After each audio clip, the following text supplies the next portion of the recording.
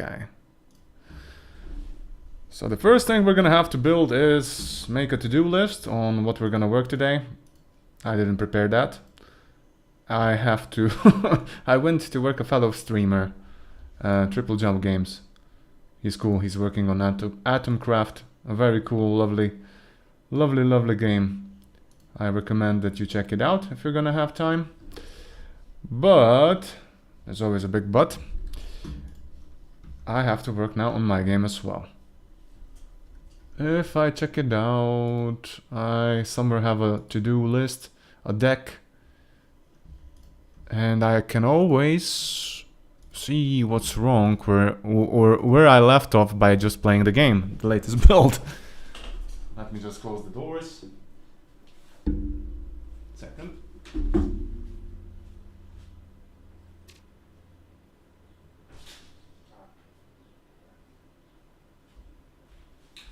La la la la la.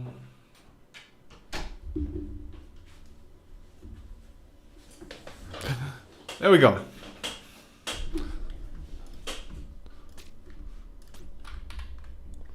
Lens of Fury.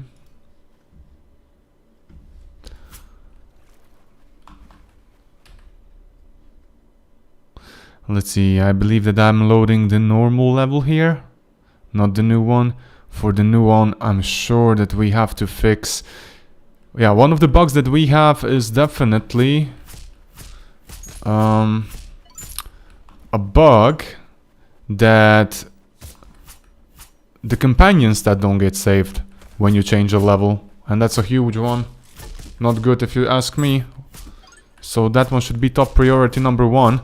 Then the second thing that we have to do is we could probably add more different Dino Folk. That could be handy. And other thing that I want to have is to have some kind of default scaling profile for the bosses at least.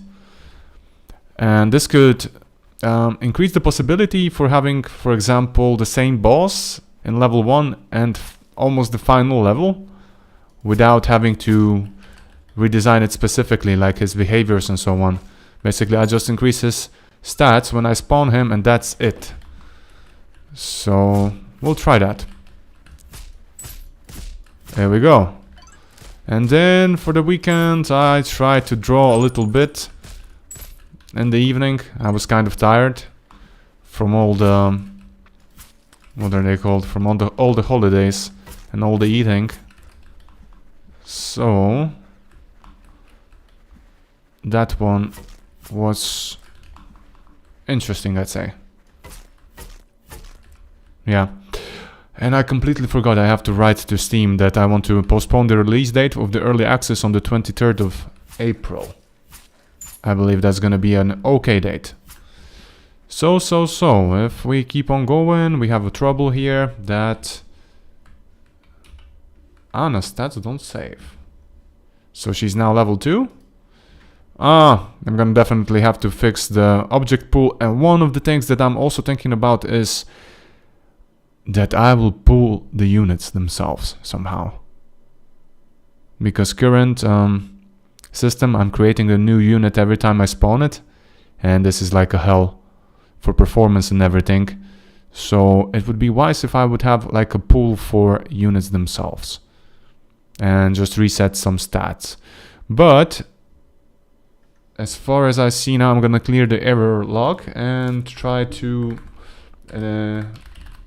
enable all the level changers, and hopefully I'll get an error when I interact with this thing here. Here we go.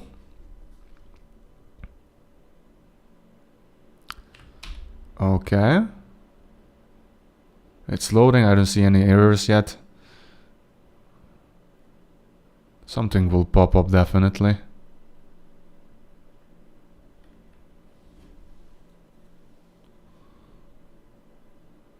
It's loading a bit longer now. We have a big biome.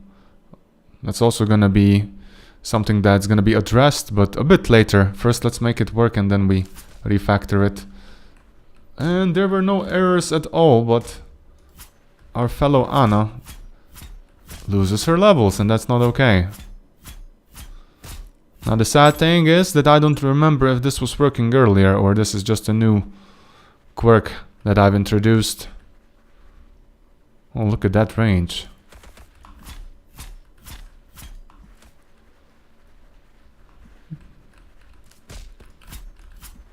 She has a good damage against the lizards, against the dinos.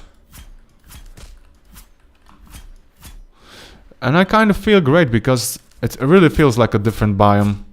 I had different settings for this biome. And yeah, it gives you a sense that this is something different.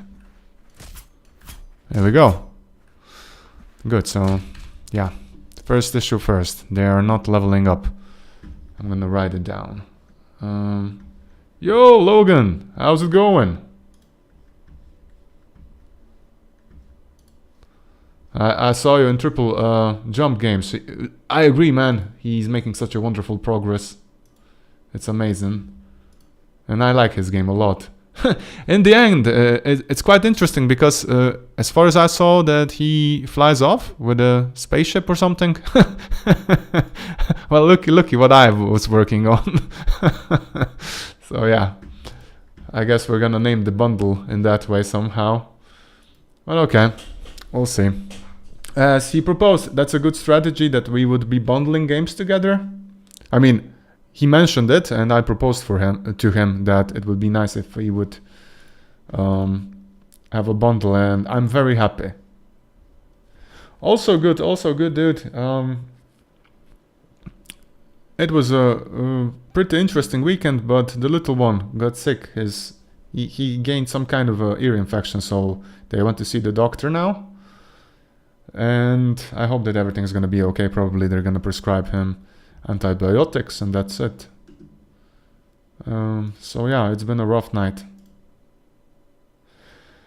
But for now, I forgot. We don't have any music. I have to find something. And you, did you eat a lot? What kind of traditions do you have for Easter? Do you eat ham and eggs? Because here, that's the biggest tradition, eating ham and eggs, you know. Yeah, thanks, dude. Okay, so I have to write down the things that before I forget, because yeah, you know, sometimes there's a goldfish memory going on in my head. And I'm gonna say stream goals. That's okay. The first goal is gonna be make companion progression permanent. Fix the object pooling.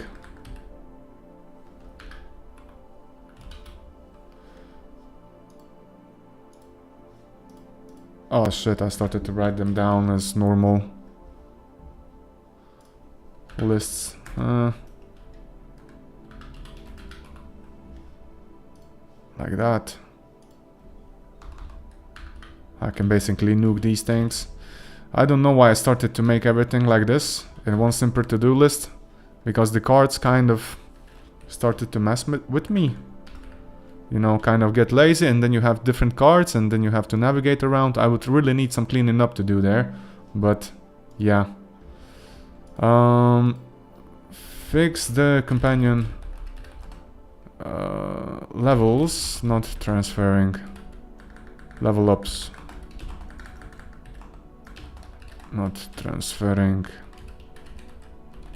between levels. Implement unit pooling. Try to increase the try to decrease level generation time. So that's 1, 2, 3. I'm just writing everything out that I have on top of my head what we have to do still before. Yeah, I'm thinking about 23rd of April for the launch of the early access. I was consulting a bit with GPT and so on. Yeah, me neither, man. Me neither. I'm also not super festive. I didn't go to the churches and so on. You know, usually mother goes to do that. You just eat. And if you feel very religious, then you watch the mass on the TV. But yeah, I'm not a good Christian, I say, regarding that. Make companion progression permanent, implement unit pooling, then what else do we have? I think we had something else. Something else. Yeah, I was talking about releasing on 23rd of April. That's on Thursday. Consulted with Claude and GPT regarding that, and I think they both agree on that. That's okay date, so I'm gonna have to postpone the release date. The old one was on April of 10th, and that kind of sucked.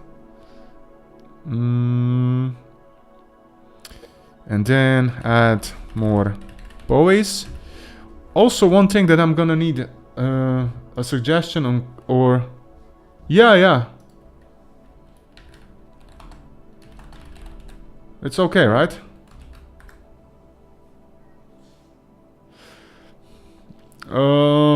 How I feel about it? Stressed out, like, makes me sick. You know, because I want to do so many things more. I mean, I'm not afraid so much doing different mobs and so on, but I still want to add the variety. And one of the biggest things that I want to introduce is, for example, you know, now you can only level up or buy cartridges when you're in the camp. And I'm gonna keep that. But you know, in order not to redesign the whole UI because I want to have many more cartridges, I'm gonna have different merchants in different biomes. So some of them you're gonna... some of them are gonna be available only on for example, here in the caverns. For example, you can buy the easiest cartridges in the camp. But if you want to get the good stuff, you have to get all to this level and then spend meta coins in here to teach the new tricks. Some of the later new tricks and so on, if I make any sense. Okay?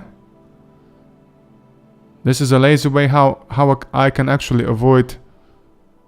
Oh, just a second, my family came home. I just have to take a look how they're doing, okay? Be right back.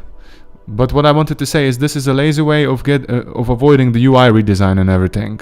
And it kind of also makes the new areas, it gives them more new purpose. You know. Okay, the master who can teach us very cool new stuff lives there and so on. Be right back.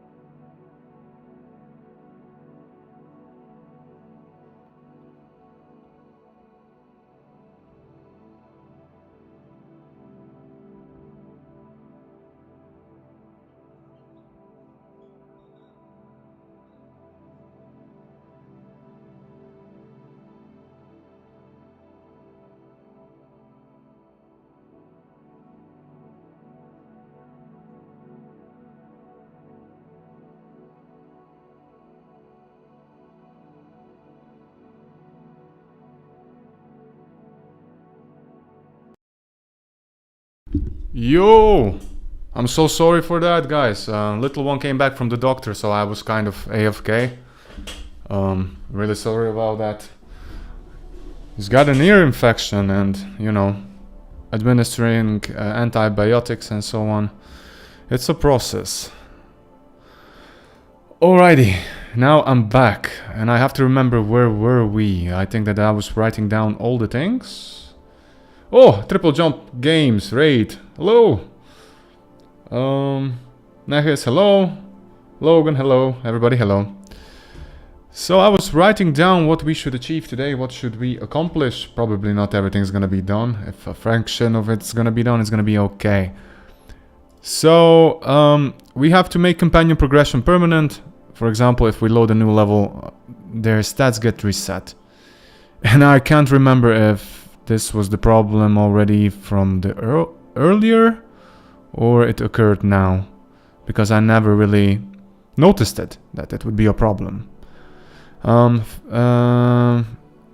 So actually these two are the same. Then we have to try to decrease level generation time. That's gonna be at the bottom of the list because we have so much more content to work on. Implement unit pooling, also not a priority, so we're gonna go this way. We're gonna try to fix the companion level ups, not transferring between levels, and then we're gonna add more points of interest. And especially, here we have like, I'm gonna export this one to the new card, definitely, because it's for the cavernous depths.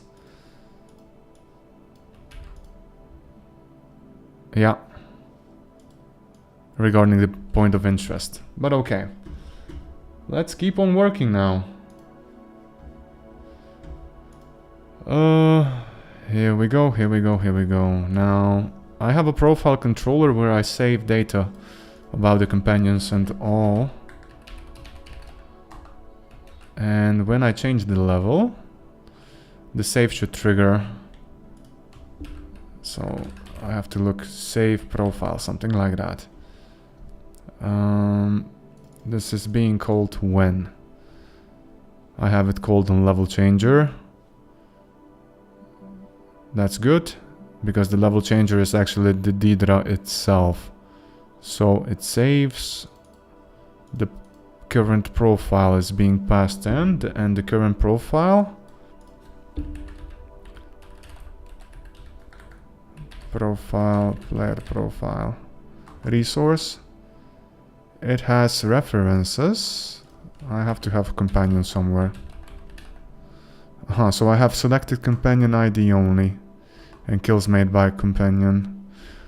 But the problem is that I don't have its data anywhere, like inventory and other things.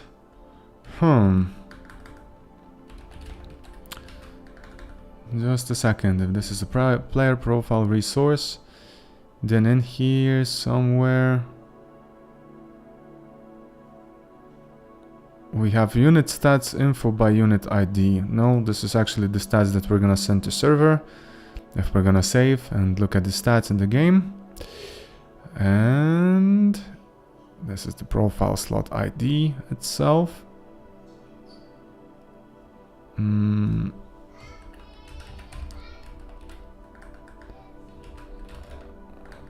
Player inventory resource. Second, it's in the player profile controller, and I'm loading this only from the separate file that I have there. Okay, so when the profile is loaded, I load the inventory separately and I load unit data, which is actually the player data. That means his levels and so on. That's saved there. Now, if we want to have companions saved, I wonder how I should implement this. Let's see, I have player unit data. Then we could have an array probably of all the allies that are accompanying us. So what we could say is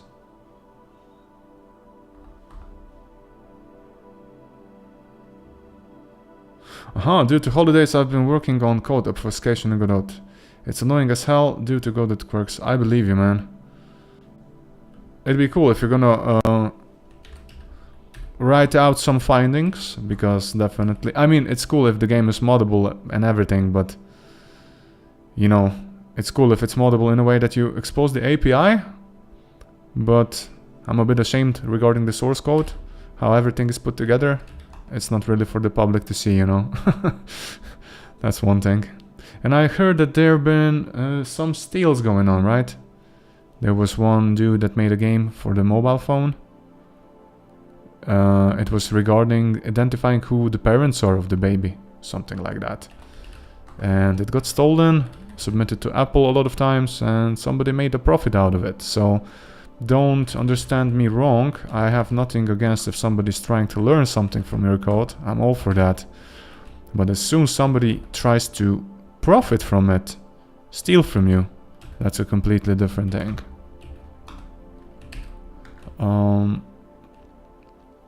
Let's call this companions unit data. But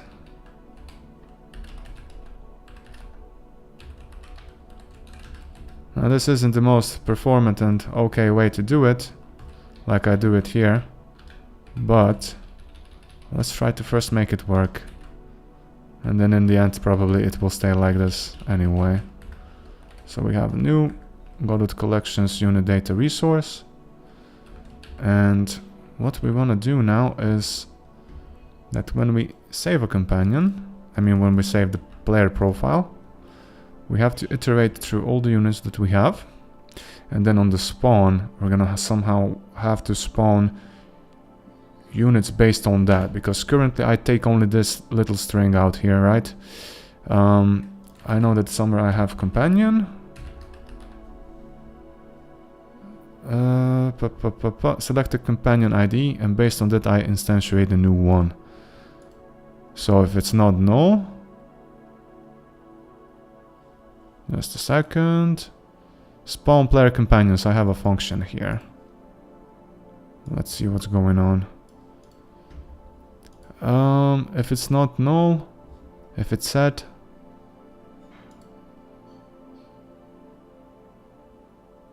what do I have here?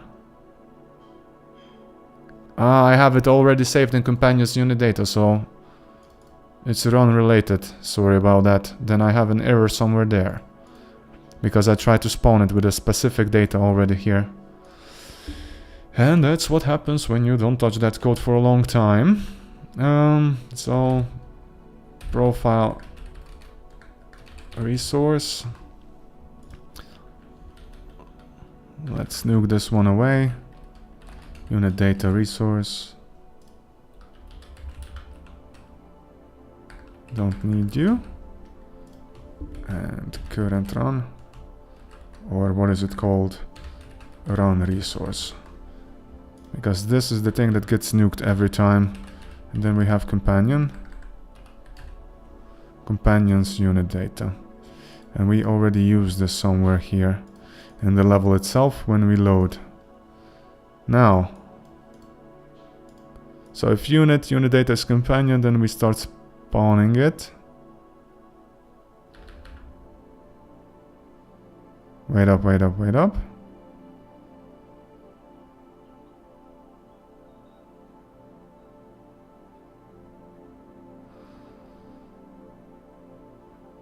Just a second.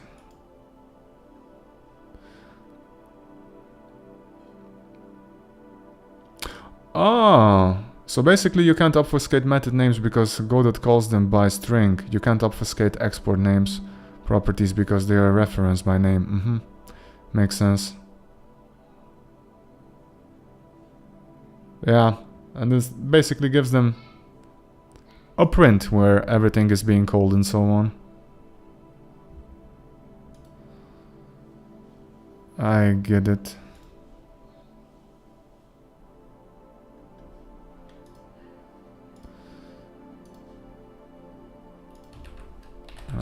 I get it. So this happens in here.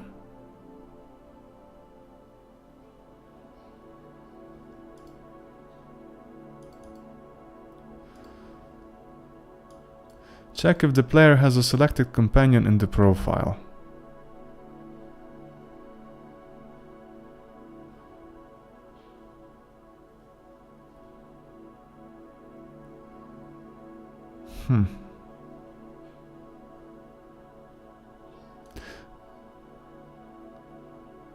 Okay, so if this is no in selected companion unit, then I try to get the thing from the database itself. And I add it to companion unit data.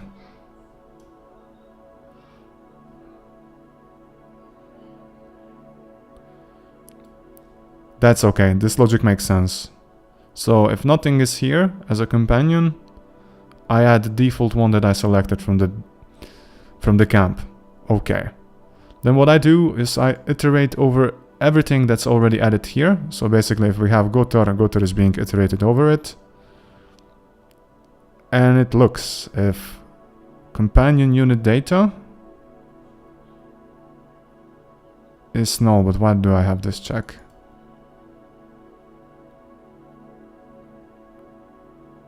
Why do I return?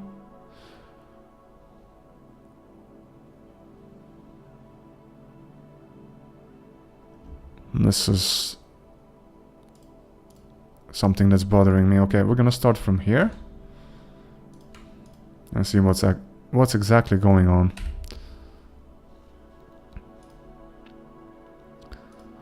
Because spawn player companions should happen only at the run itself. So in the level generator, we're not running level generator in the camp. This shouldn't trigger then.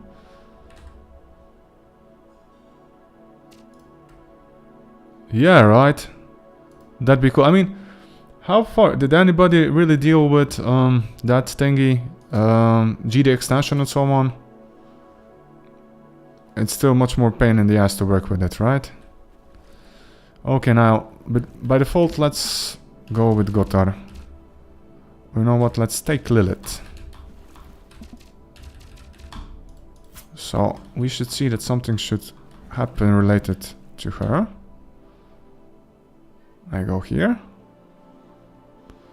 Now, the breakpoint should trigger. It triggered. Companion unit data isn't null. That's good. So we have Mini Dryad Enchantress, and it's gonna spawn her with the thing stored in here. And it's gonna deeply duplicate it. That's okay.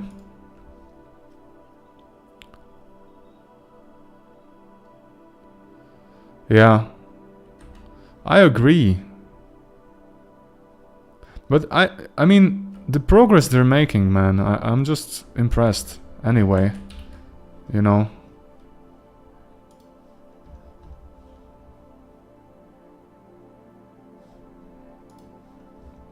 This engine came so far. Especially I remember what kind of a big of a jump was going from 3 to 4.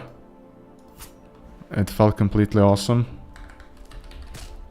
Okay, I've enabled all the level changers. Let's run to Deidre without any mumbo jumbo too much and see how the loading starts there. Oh, nice layout.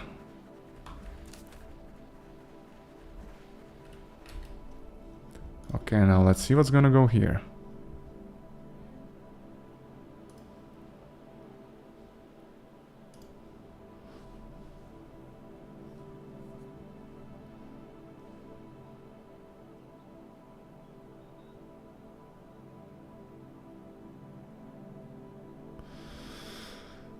Okay,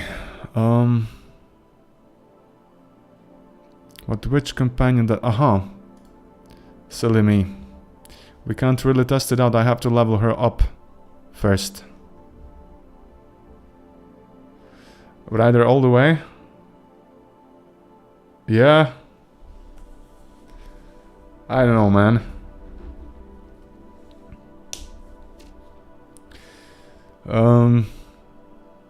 It's also locked behind paid things, right? Rider. I know that they've kind of made something freely available. But then again, if you want to use certain features, you gotta pay premium for it. Uh-huh. But by community, they probably mean that you don't really monetize the game and so on. So I'm not sure how this works then in that case. And by all means, man, there's just one thing that I'm trying to depend on, and that's open source stuff. Because I saw so many times how corporations can change their mind and do something iffy that I really don't want to build my whole pipeline around a proprietary tool, you know, proprietary, or how it's the correct name for it. And then being forced somewhere in the middle to project to find an alternative just because I don't agree the company anymore somewhere, if I make sense. At least that's my point of view. That's why I also decided to go with Godot when I saw that it's getting kind of okay, even though first I was developing with Unity, you know.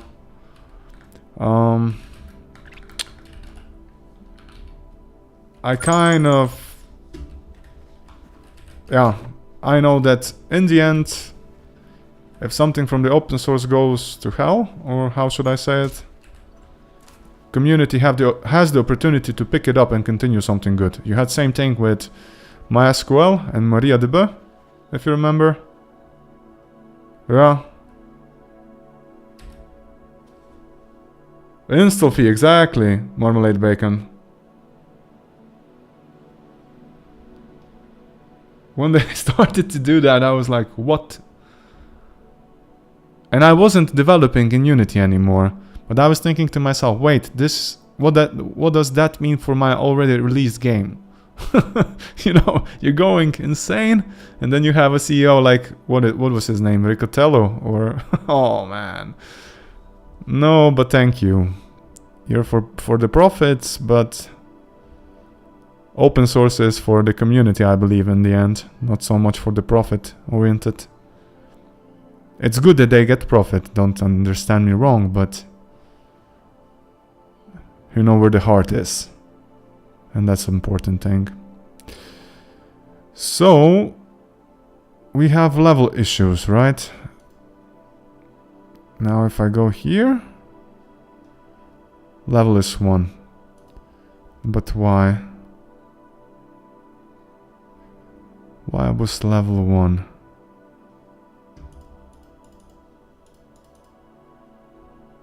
Because I already have this one here.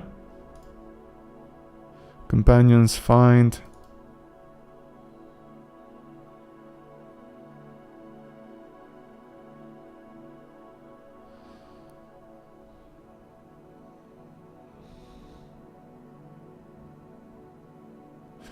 Yeah, I basically load this one only if I have it null. So this executes only the first time. Other time it should already be in here in the current run, so yeah, I might as well set the point here.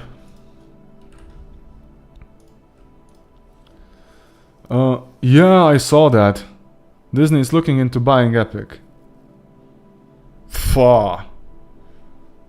Also one of the things that, yeah, don't know if a lot of you guys agree, but there's like a thing around Disney that what they touch they turn into not so pleasantly smelly thing, if I make sense. So yeah, that's another thing, you know. Epic tried to gain new users very, very bad. They kind of went all the way, you know, reducing the cost regarding the licensing the engine, having that Epic store, free assets, improving on that ecosystem, so on. And then again, you still see when there's capital behind it, there's just a matter of time when some kind of retard comes up and has a lot of money and a lot of say and tries to decide something new, you know. And as you know, generations of developers are always being bred in. New ones get born and so on. And yeah, the history kind of repeats itself in a circle. And as... oh, I didn't release it. Just a second. as it went for Blender. They have it as an industry standard, right? They use it for animating stuff and so on. And look, it's open source and it's doing quite well. And then if we look at Linux, I know that there's a lot of people arguing that Linux is, you know... Yeah, they joke around. Yeah, it's gonna be a year of Linux desktop and so on. Yeah, you guys joke around. I don't care if you joke around, but still, it gives me a nice opportunity to at least have an option to choose something where I'm not locked in, you know. I remember the biggest shock for me was when Microsoft could control when the updates would trigger. I was like, what the fuck?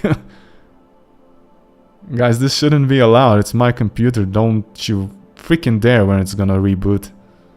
Same goes for what was it? They added something weird. Yeah, don't even start with the AI. When they wanted to implement that, it would be taking snapshot of your desktop and save it and train it on that. That one was... holy cow. Okay, let's see. So the level here is...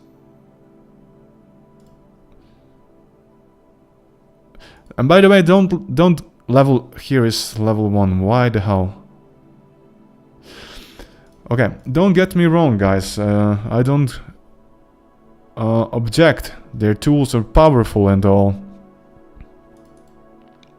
But I look on it like the dependency on a drug that you're building, you know.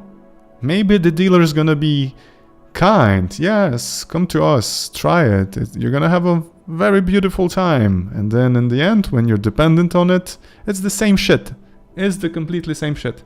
When you're dependent on it, it's gonna start saying, well, you know, you gotta pay something for it. Then you say, okay, I'm willing to pay this much for it. And then he's gonna say, well, recession and so on, and we want to try something new. They change the terms and so on. Not falling for that. I mean, it's a common sense that probably a 10-year-old would know what the trap can be. But in the end, it's all about the metrics, you know, cost performance and so on. At least in the big companies that are doing that. And a lot of times they try to convince shareholders, yeah, this is good for us. This is gonna increase the profits in the next quarter, or how it goes. You know.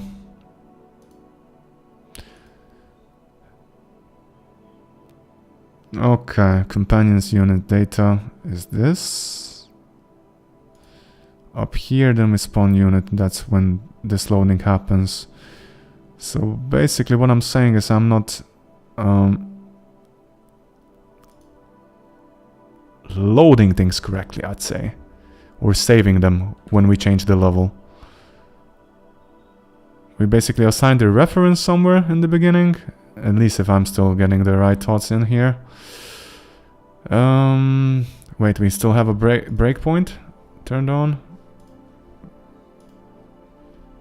And this is in a level generator, I believe.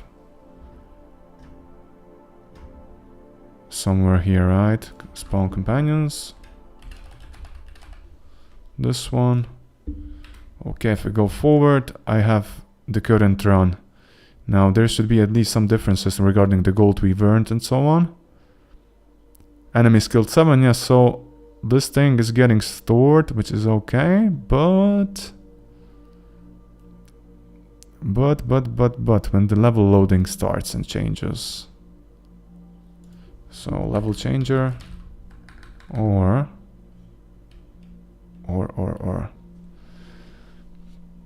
yeah. We love the oligarch. And if Godot devs decided to screw up, there can also be a community that forks the engine and moves forward. Exactly. Imagine the fly controller is doing some critical stuff, Windows update hits, and then bam, plane crashes. Yeah. I can imagine. I mean, it was also a funny scene from one one of the series, you know, that Asian guy plays in. And then the dude screams, "Fuck, Microsoft!" Update starts. It was really hilarious to see that. Exactly. But for the Linux, man, I believe that Valve is doing such a great thing that it's amazing. I mean, at least the sad thing is that I'm not as much of a gamer anymore, because all of my free time I try to develop this game. But everything that I wanted to play, it kind of worked. I mean, yeah. Last thing that I couldn't play really on Linux was Final Fantasy VII Rebirth. I mean, Final Fantasy OG, 7 OG is my favorite game of all time. But the new one, I was waiting for it to be released, and on day one it didn't load some models correctly, I'd say. So I kind of dual booted to Windows, and that's it. Wasn't there 2 Outlook instances on Artemis spacecraft and none of them working? For real? Yeah. I would imagine that things could go funny very, very in an awkward way. Yeah, so now current run.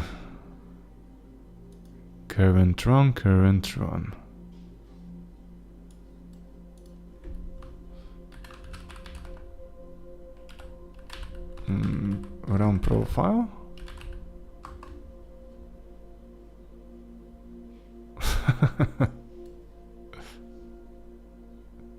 And it's creepy how they were against Linux and then they suddenly started to shift and started embracing it. You know, that you have whole Windows sub system. I mean, Linux subsystem for Windows, or what is it called? Cool. All nice.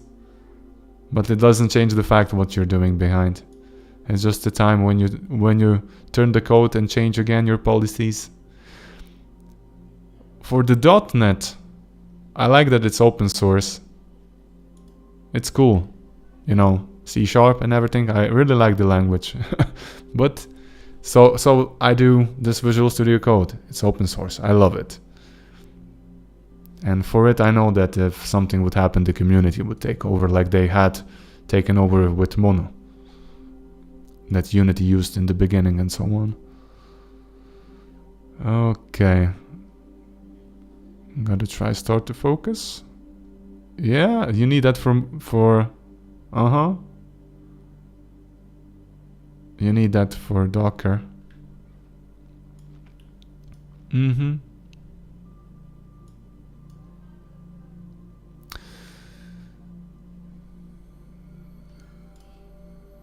So God, really have to focus. It was a bit rough night. A rough night. He was waking up every half an hour, and you know, then when you try to work the next day, you're like a zombie. So this companions units data. Let's see. Where do I even reference you? I only reference you when I load the unit. Here, I spawn the unit.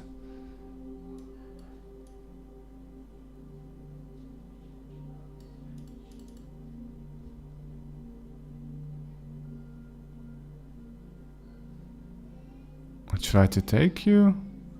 I find you, and then I add you. But before that, I'm duplicating this unit data, if I'm not mistaken.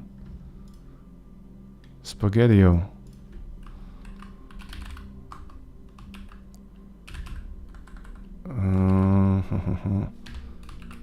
Spawn, companions something.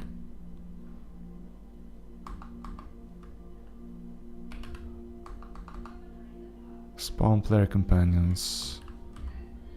This is being triggered in level itself.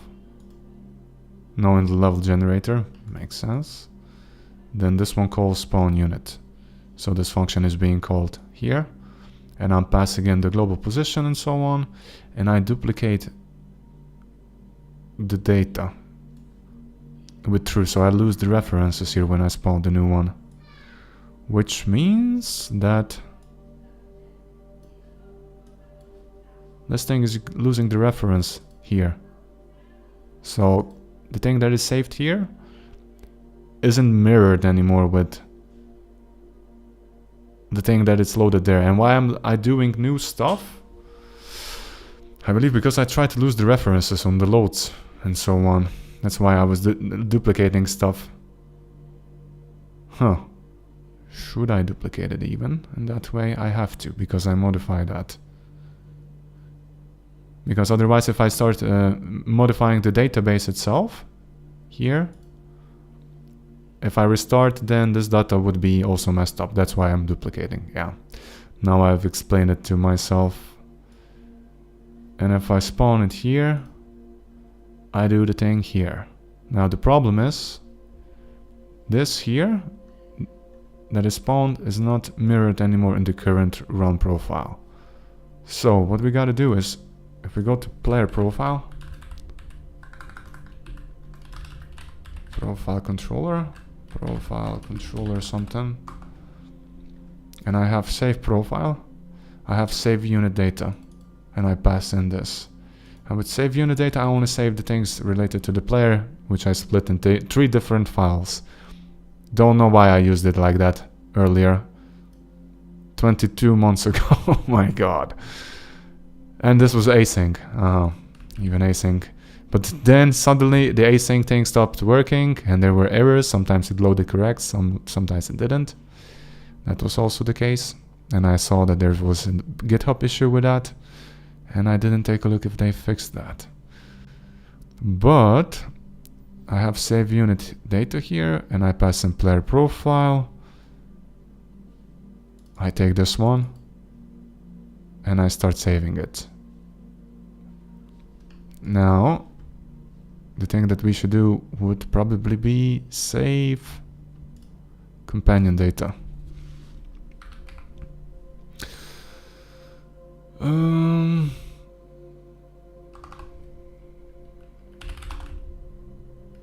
I mean, the current thing is not being modified. The current run is never being replaced. I don't save the current run anytime, right? Run resource, because I keep it alive through the whole run. So let me see, save companion, save this one. Save companion data.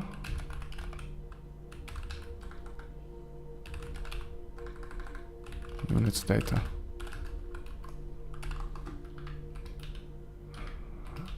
I can take in the same player profile resource.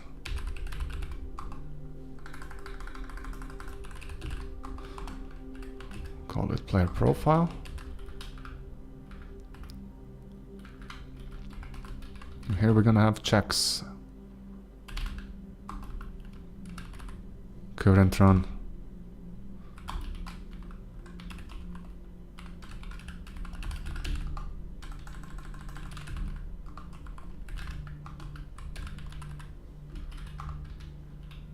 Yeah, I always write out false like that. I know it was a bad or good habit that I started to take into account, because I was reading that book and it said that if you have something explicitly typed out like that, less chance that you're gonna ignore it than an exclamation mark in the beginning. And I thought to myself, maybe I'm improving myself bit by bit. So I try to use this now. So here we have current run. If it's not valid, we return. But if it's valid,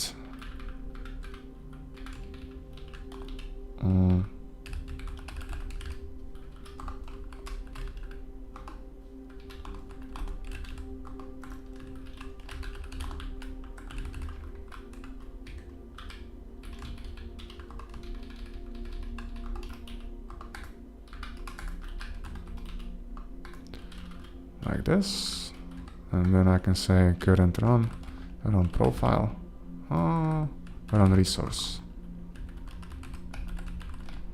So I don't have to go deep too many times. If current run. Companions, units data. No, actually, what I have to do is I have to take the level and the companions that I have in the level itself. Level controller, level. Or just a second.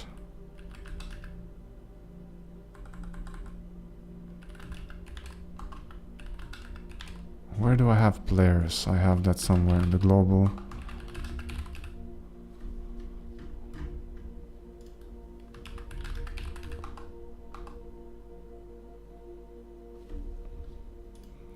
One tiny second. Game controller, of course.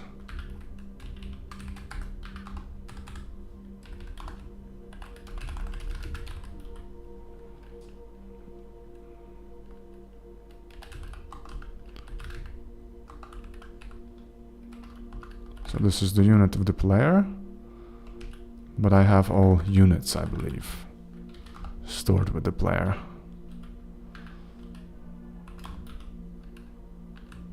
And this is list, right?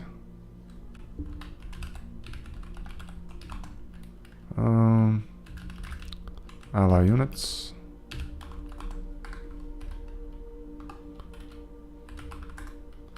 And then we can try saying 4. Ally units count. Oh, second, I have an intruder. Be right back.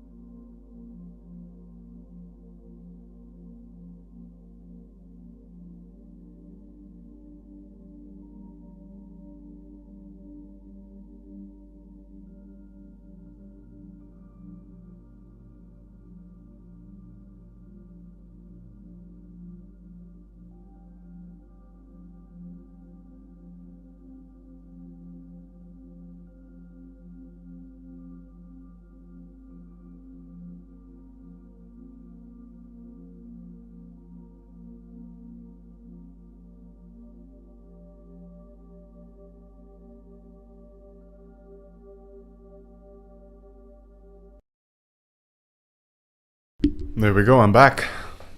little intruder came in. He wanted to show me that he blew his nose by himself. I mean, with the help of Mummy. So that we don't have to suck it out anymore. And he was proud that he got a new dinosaur. Yeah. A cool one. The dinosaur that you have to pull him by his head and neck and then you let him go. And he flies. Yeah. Okay, so now we have ally units. And I have unit, ally unit. And we say ally units out of I.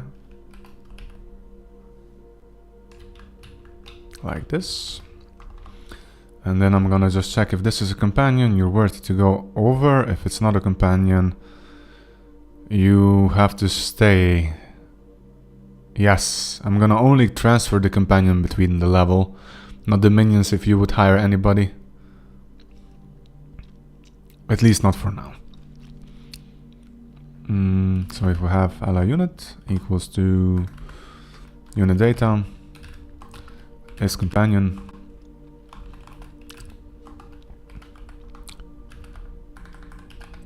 Continue, then we go forward. And now, what did I want to do? I wanted to check the unit data resource. So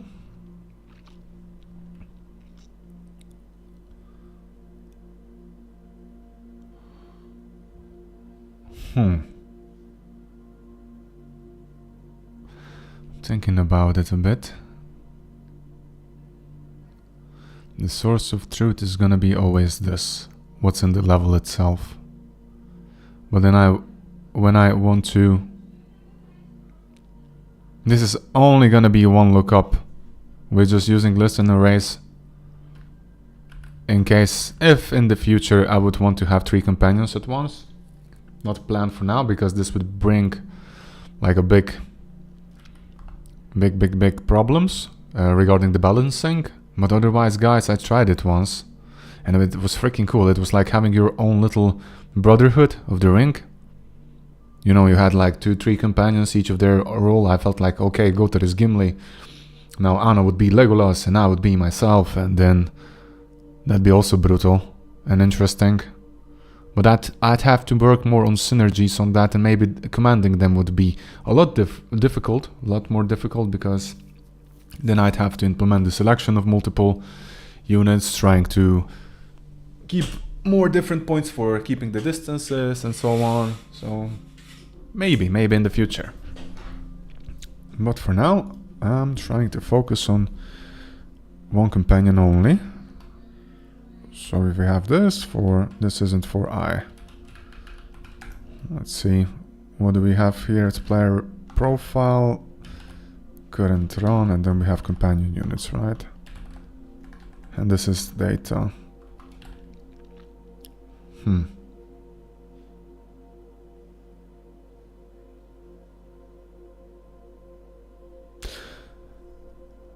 I can do a simple thing here.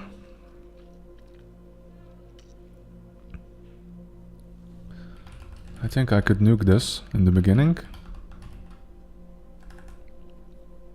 So it would be like null. I mean, not null, but empty.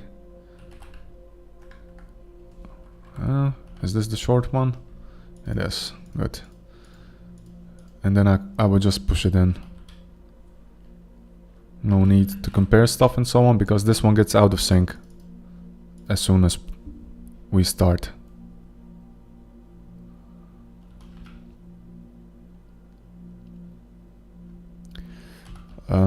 So player profile, current run, companions unit data add, ally units,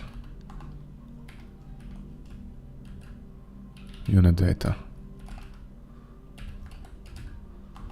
Okay.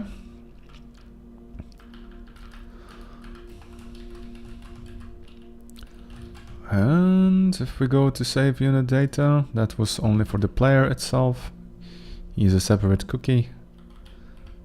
We can try doing this here. Save companions, unit data, and profile resource. we pass it in. Now we gotta be sure that this is working, that at least some breakpoints trigger, and that something's being added. Ooh, I have it turned on. So this should trigger before we load, and then when we start spawning stuff, companion units.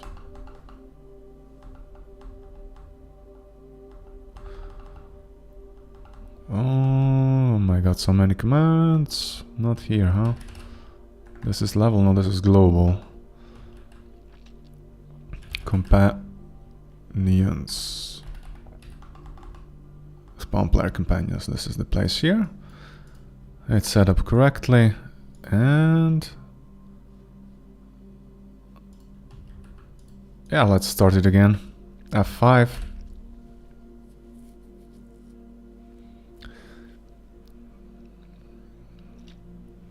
Now the thing that should happen is we go to the first level, to the forest, we level her up, then we try to go to the cavernous depths, and her level should stay the same, at least in theory, but yeah, you know how it goes. It's never smooth sailing with me.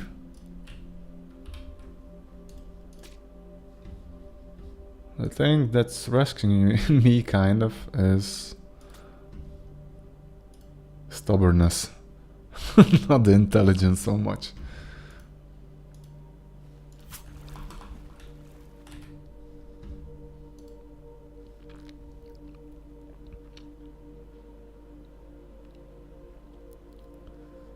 Okay, don't care about the things that go on here on this load, but it started.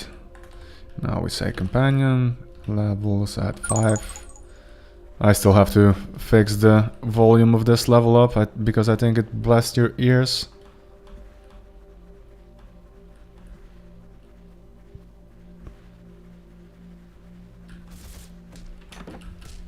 Okay, she's level 6. And if we go forward, oh, I forgot to level here. And let's go. So, this triggered now. We have companions unit data. Reset, and let's see if it's being added.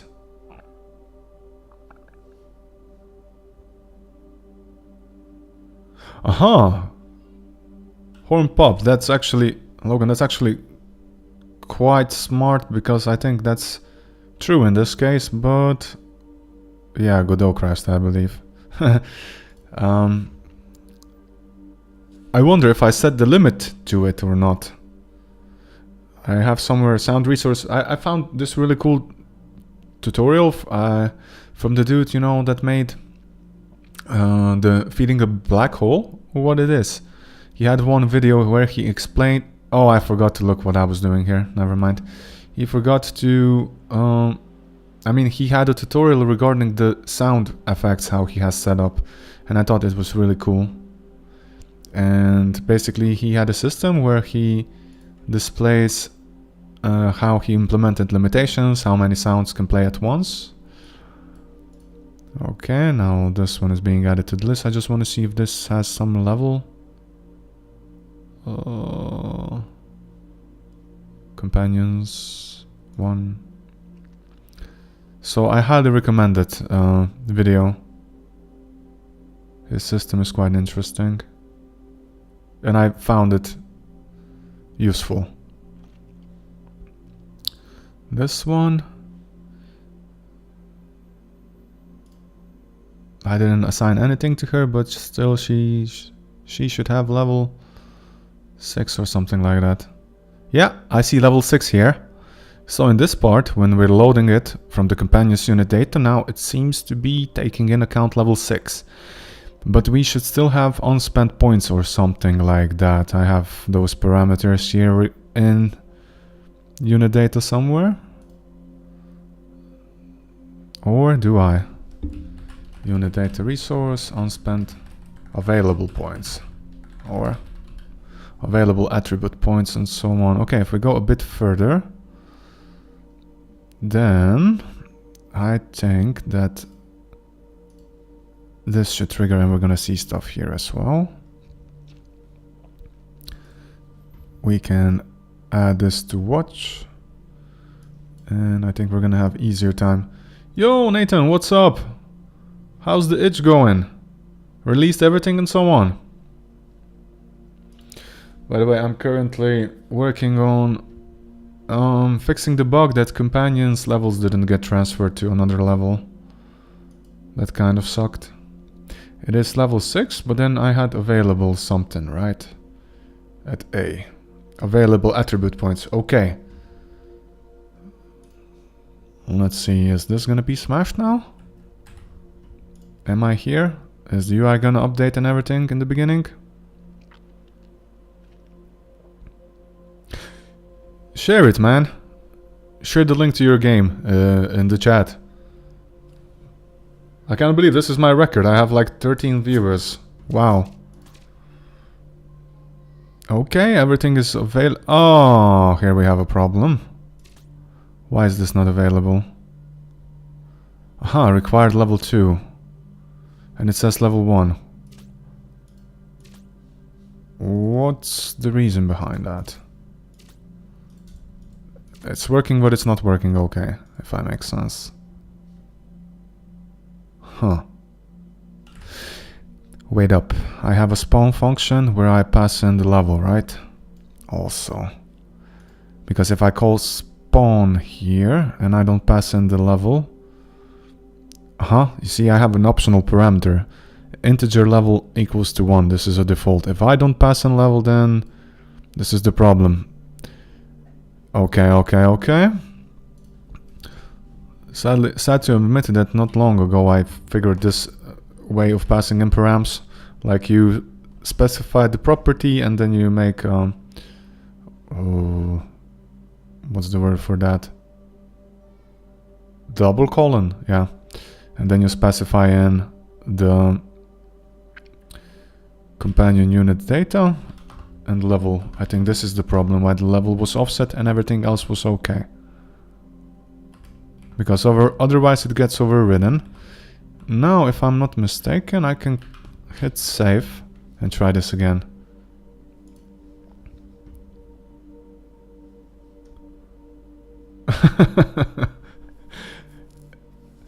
Yeah, it was good. I've been playing all the games people made for the jam. There were some really cool ones. I bet there were. Fix bug, discover 10 more. Exactly. You know, there was that one epic GIF that you had that when... It's like a toggle button. When you fix one bug and then the toggle switches like 10 of new ones, show more bugs, you know. It was very fun. I don't think I've seen the stats and skills screen yet. Looks clean. Oh, thanks, dude. Yeah, trying to make it... you know what? One of the biggest time-consuming things was that I tried to implement everything in the beginning with the controller in mind, and then also with the mouse, you know. So that one was quite challenging. Coming from the web dev background also, I was thinking that maybe the models and things like that are gonna be easy peasy. And yeah, never underestimate how much time the UI itself can take. It's probably the thing that I like I dislike the most, I would say. Let's add levels. And that's the reason, I mean, don't get me wrong, if you know what you're building, everything is okay. But if you're still in a prototyping phase and you don't know which things are you gonna have to tweak and so on, it can really be time consuming. And refactoring and then rewiring all the positions, all the conditions, how the buttons navigate between each other, because it's never like, you know, that automatically they would connect very well based on their neighbor and so on. I made some utility scripts that kind of helped, but it was always in a way that you have to tweak with them a bit more than you've intended. Well, that was one thing, and the other thing was that in the beginning I didn't have only Alma, like the skill tree you have here. I also had a whole stat system, and you had like the classic Diablo one, you know, strength, dexterity, intelligence, which you could level besides those skills. And then you had runes, and then you had items and so on. And I thought to myself, you know what, I have to ask something. And I asked the whole stat leveling system here because I was thinking to myself, maybe it would be more reasonable to have, you know, a custom skill tree where you set your basic stats, and sometimes you get basic stats from the equipment itself.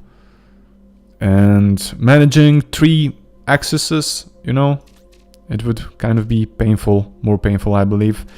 But for companions, I left their basic stats. So you have basic things like combat, support, defense, and speed. 4 base stats, which affect the outcome of critical coefficient, magic, health regen, and so on. And the cool thing that I'm kind of proud of is the thing regarding that it's a resource that I made it quite customizable for every unit. You know. So for example, Lilith has a different scaling than Gotar and Ana and so on. One of the down points says that the scaling is like linear. But I'm thinking about addressing this in a way that you get an item. You can get an item in your inventory, and it increases the base stats of the companion, like in a way, you know. So you could invest in that. It would be unique, 1 per run or 2 per runs, maybe per each milestone of the level, and that would affect how everything is being progressed again. We'll see. Okay,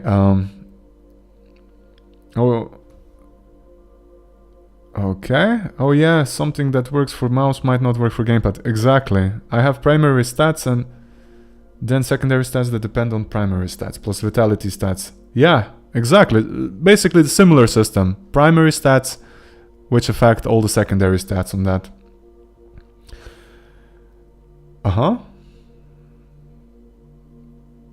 Exactly. But the problem I have with this is that, okay, it's infinite, but it's linear, you know. Maybe in the future, if you level up combat, I wouldn't want to give you 2 magic damage upcrease per level, you know. Maybe once you reach level 10, the upcrease should be like, I don't know, 3. That's where I'm going with it. But yeah, it's a bit good because currently I want to hard cap the levels of the game at level 20. So that's one of the things that's cool. Mice is a little hot. By hot you mean that I have it too close? It's too close to the voice.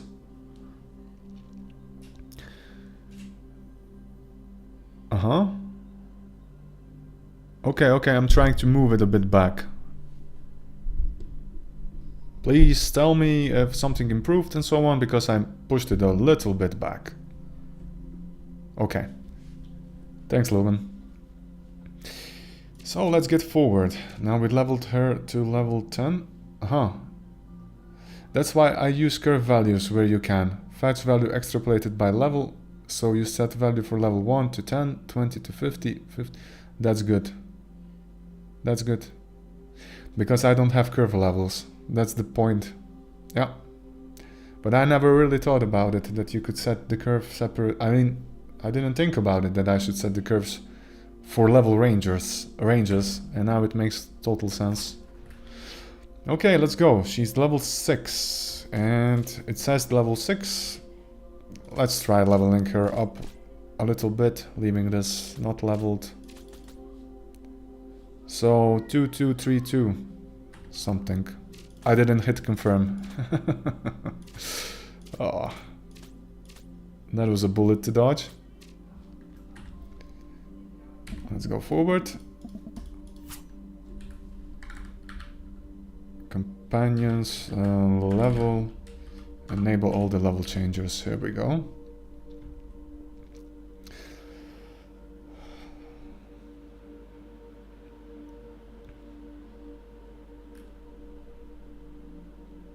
Loading.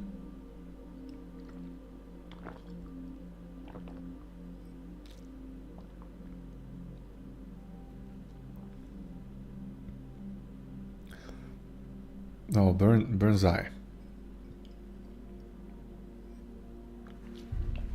Okay.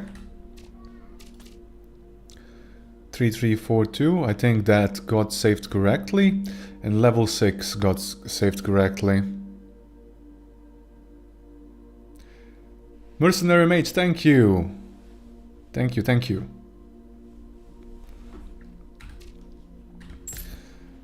And one small bug that I see, and maybe... Oh my god, these are so brutal freaking raptors. I think I have to make them for the next short. You know, kind of have to make a couple of Jurassic Park references, but now they're like terror, I'm afraid. I saw one bug. This didn't have 3 and this one didn't have 1 when we loaded the level. I just have to write it down before I forget. But I'm not gonna address it now. It's not critical.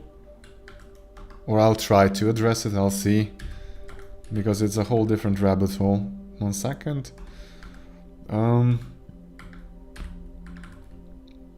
Companion and player available points in inventory. Don't immediately update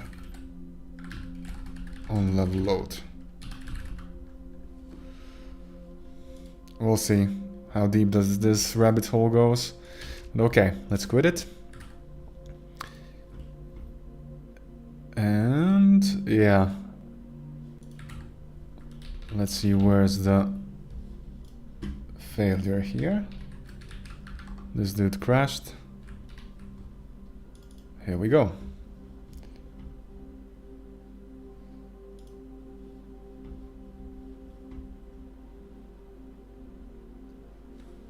Project initialization. We're back and now.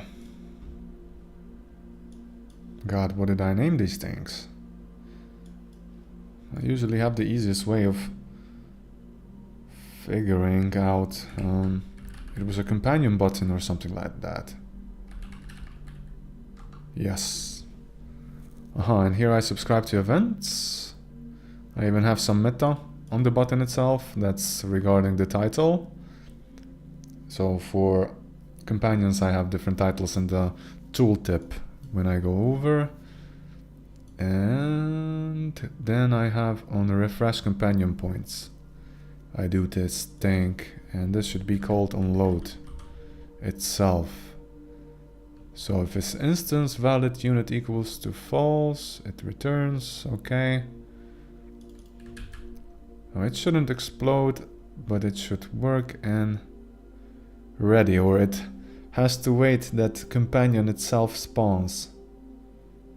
Now this is again one of those things that I don't like that much. Because either we have to wait a frame for this for the companion unit to spawn, or we simply set a delay here. Because if I would be subscribing for every single unit spawn, then this is just hogging the resources, and that's kind of annoying.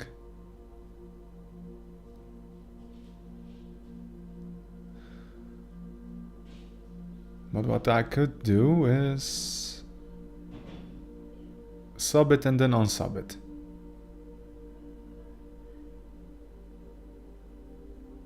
Just a second. What about init? Maybe on init itself I could also call this on refresh companion points. But now this is, yeah, this is naming an event.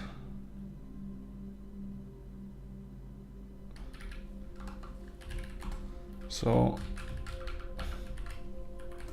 to keep it a bit more clean, but it's more, how should I say, annoying, because now we have two methods, but I know that this one's gonna happen definitely on the event call, but this one can be triggered also from the init itself. Now that's one down, I believe.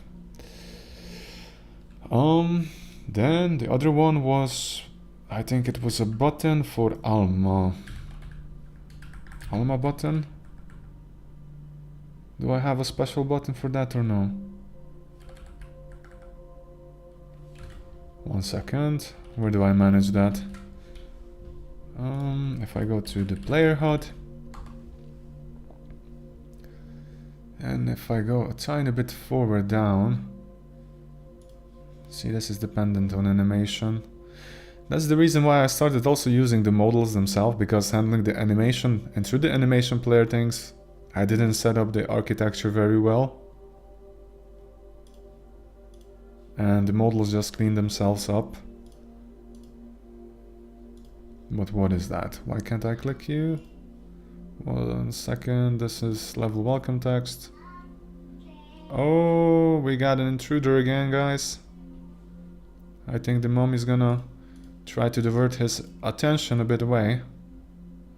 But we'll see. Level welcome text, if I lock it, I don't touch it anymore, that's good.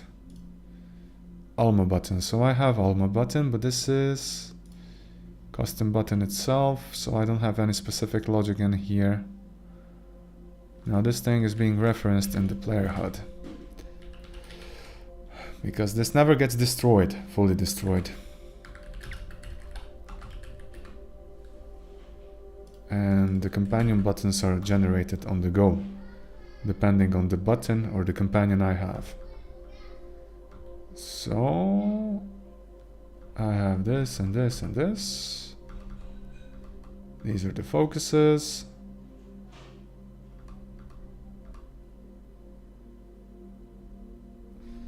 Oh, it's not going on in here. Unspent points label. Where do I take a look at you? Here. Refresh skill and stat points. You know what this could be called when I open the inventory itself? Because it currently reacts on this.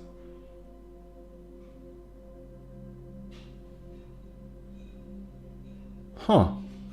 Now that I think of it, if I have this global event, I don't even have to do that on init, but I just have to have that on this thingy. Where do I omit this one?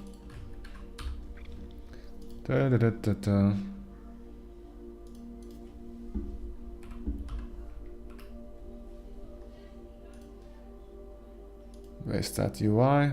This is where I push the buttons. Experience. And inventory. It should have this call. Definitely.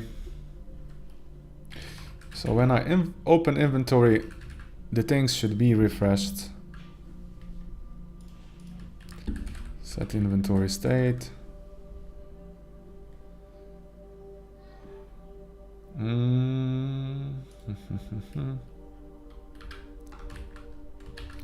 Let's try it out, and if we go back to companion button, you know what, I could completely revert that.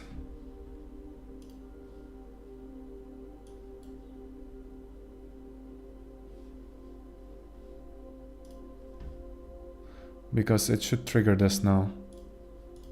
Okay. And let's start it.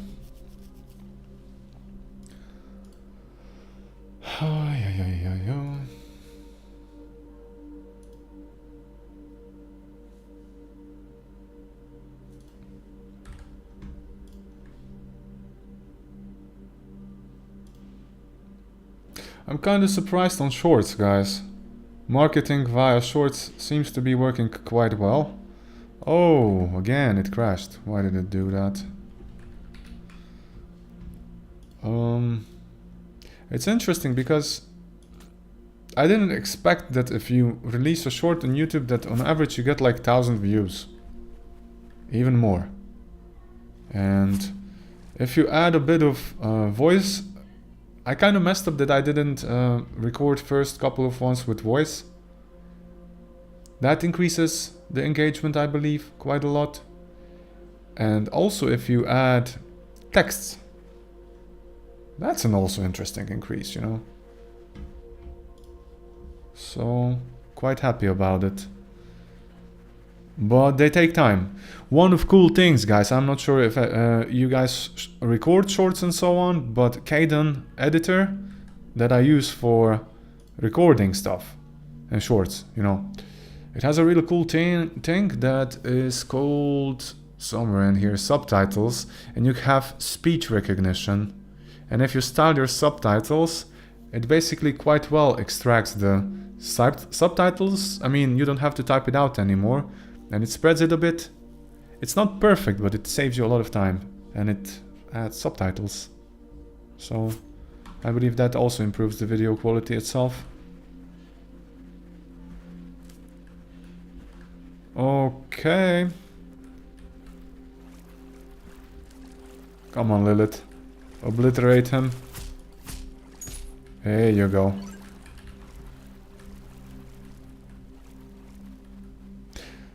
I mean, one of the clickbait titles could be that Dryad doesn't eat pork or animals. We could make her kind of a vegan. I mean, I know that people would probably be against it, but still, you know, it would be a gimmick for the game. That you're not completely dependent on hunting the pork. That for Dryad, you know, because currently every companion is being healed by your health potions and so on. So health potion is a universal one. But if you want to heal a companion, what you really have to do is drop down item. So for example, if I spawn small health potion, the current system is like you have this in an inventory, and if you would like for your companion to heal herself, you would basically drop it down and let her pick it up, and then she automatically actually uses the item when this is 25% less HP, you know. You should add some personality. So for instance, if you eat meat, the Dryad will smack or talk on you. That'd be cool, yeah. Or maybe, yeah. I have a whole emotion system. Now you gave me a really good idea. I mean, it's a clip like that that can make things go a bit viral, right? You know, for example, if you eat meat, I'd hit an event and then the speech bubble sad smile would go up. But Gotar, you know, that dwarf, Gimli, basically, I'd make him focus catching the meat first, you know. Others would, for example, keep on fighting, but a lot of times it occurred that in the battle the pork was killed. I mean, if a boar was killed, Gotar ignores everybody and he completely runs to get that meat. So that's another personality trait. It adds something to virality. Huh? That's a good suggestion, Nez.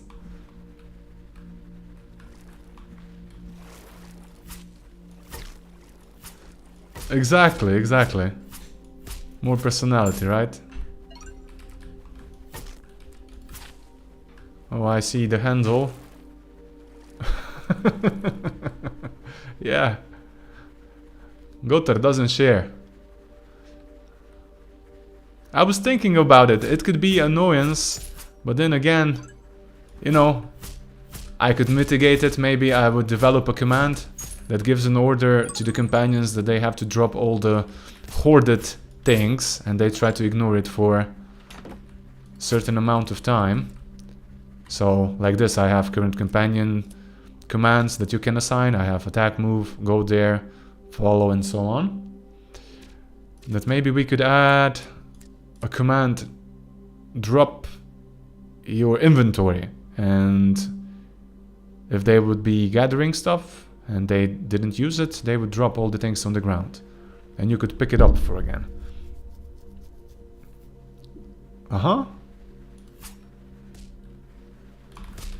Wow, that would be brutal, huh? But it would add a lot of personality, like you said. And it would be a great marketing, you know. I guess it would be something shareable, right?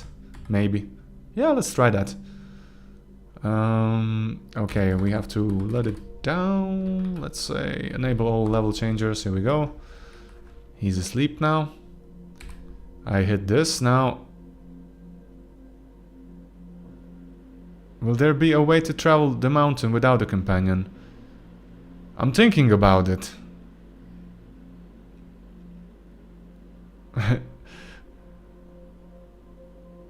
Good suggestion, dude. Nice.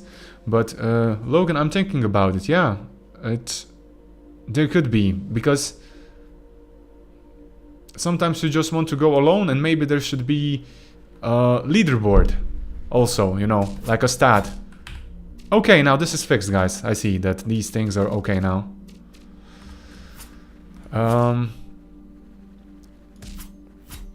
To balance a bit, exactly, and you would get bonus points, right, in the leaderboard itself, because I'm thinking about creating like the table and columns, and then you would have specified not the whole inventory, but maybe score, stats or something like that, and companion, which was with you, and the guys without companions would definitely have some more benefits on the score count. I mean, it would be only... Oh shit! And I died.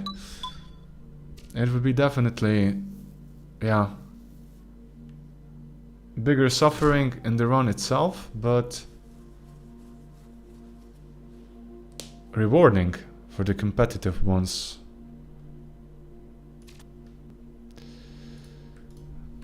Okay. So that bug was fixed. I think we have companions that transfer their abilities, levels, and so on. First thing done. Then I have add more points of interest, implement unit pulling, try decrease level generation time. Yes, those last two things are gonna wait for a while. So I'm thinking about adding more points of interest. And I gotta come up with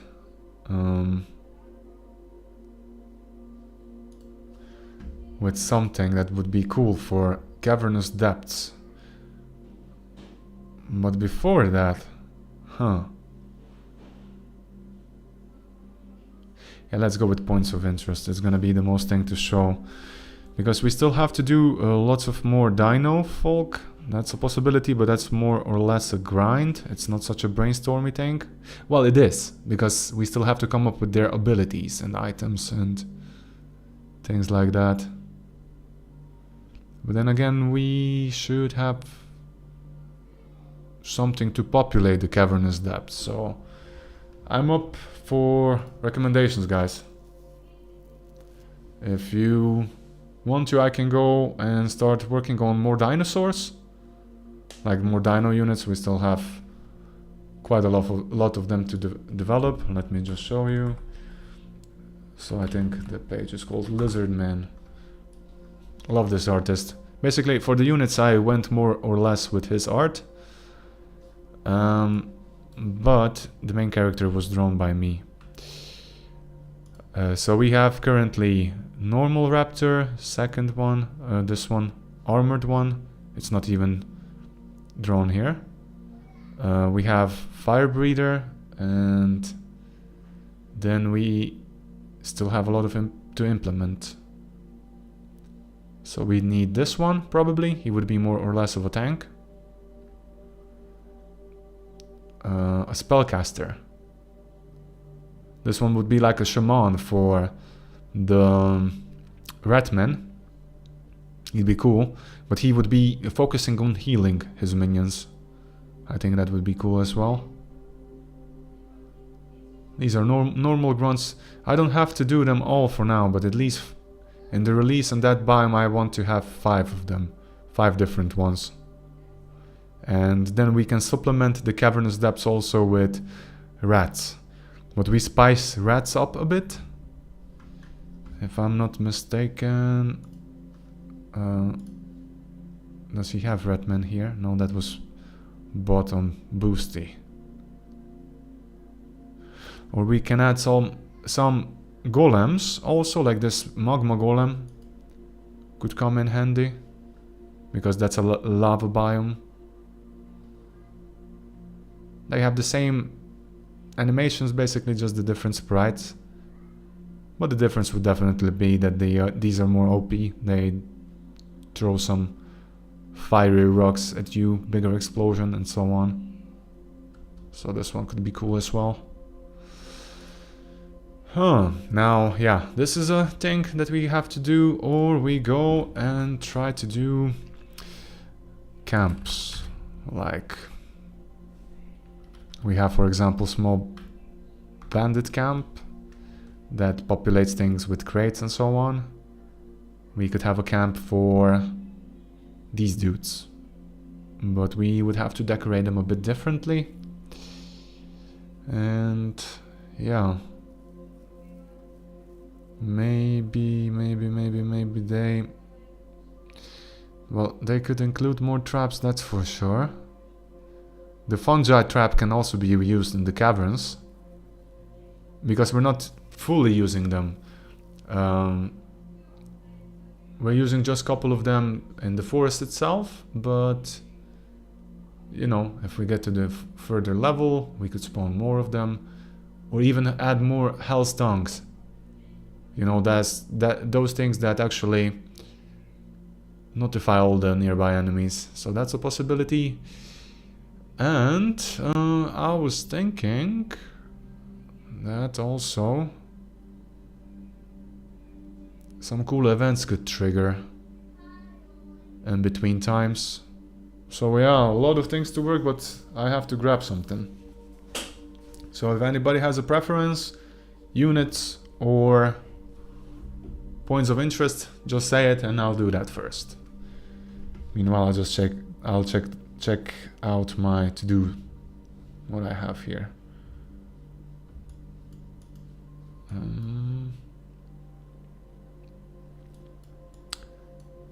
So trap system, no, this is here. Spike floor has been added. I can archive this card. Area of effect points, I've added this kind of.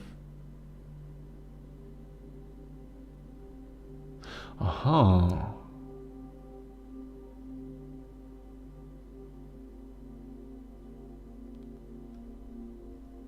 Summon enemy, I've added this one. I have a slime summoning thing. Huge rolling bar, this will take some time. Poison cloud unleasher, I have it. Alarm, I have it.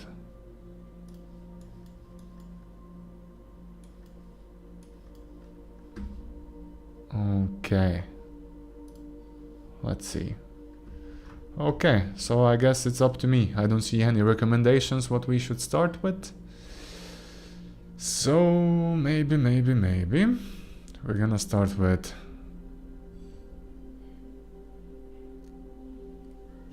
camps.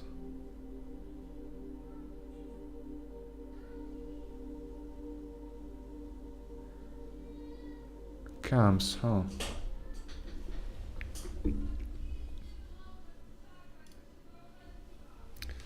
Second, if I have cavernous depths. Cavernous depths 1.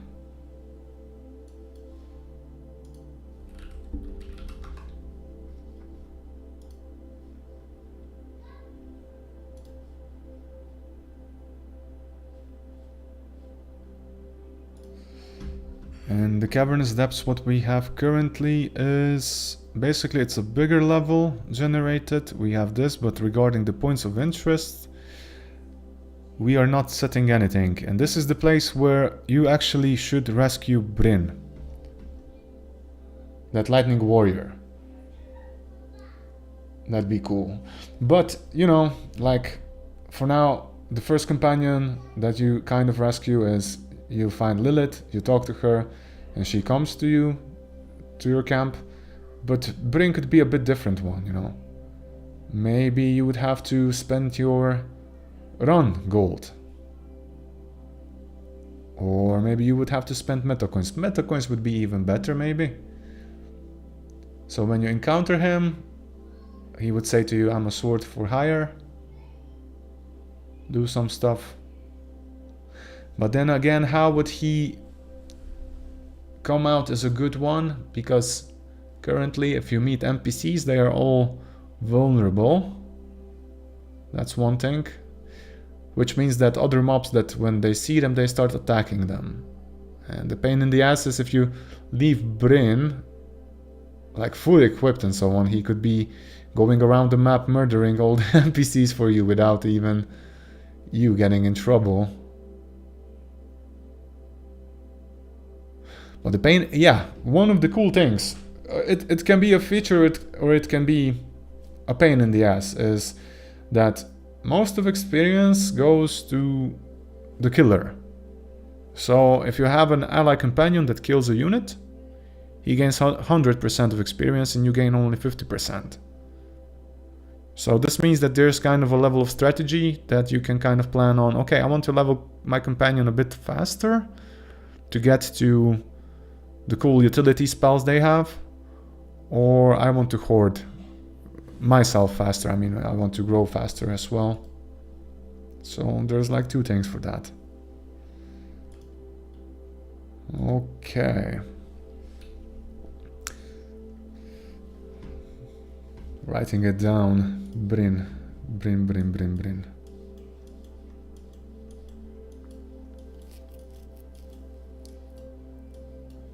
Let's say that he wants 5 meta coins. It's gonna increase the game time and a reward is gonna feel like bigger. You don't unlock everybody defaultly just by getting to them. You get the first mercy 3 times. Maybe all companions would be unlockable. Maybe Lilith would join you for 1 meta coin, but Bryn would require you 5, and so on. So if I go to stream goals, I'm gonna write down make Bryn unlockable in caverns. But this roaming Bryn shouldn't move around. Like, he's gonna stay at the same place, but he's not gonna be in explore mode. Like, he would go around the map and murder everybody. That would be... I'm curious about the later game abilities and runes. Yeah, dude, me too. I'm terrified a bit of it. I really want to think about, come up with great ones. And one of the things that I was thinking about is that, okay, and the first 5 levels, you know, first 4 runes or 4 that you have equipped, you don't get any penalties. But the further runes, like if you want to commit more into combat damage, I would make your stats decrease in a way.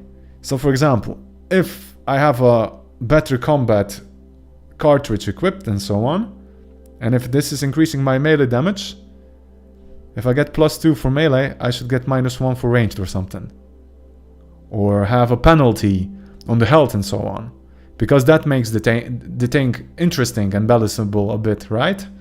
You know, you take some, you learn something, but you have to get something in return. And this kind of then starts to slowly shape your class. What do you think about this approach? I mean, this is regarding the cartridges, not regarding the items.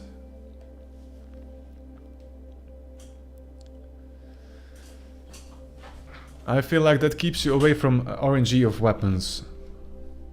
Tell me. Please elaborate a bit more. I want to know. If you think that it's too much on the stats, that it completely removes the RNG factor.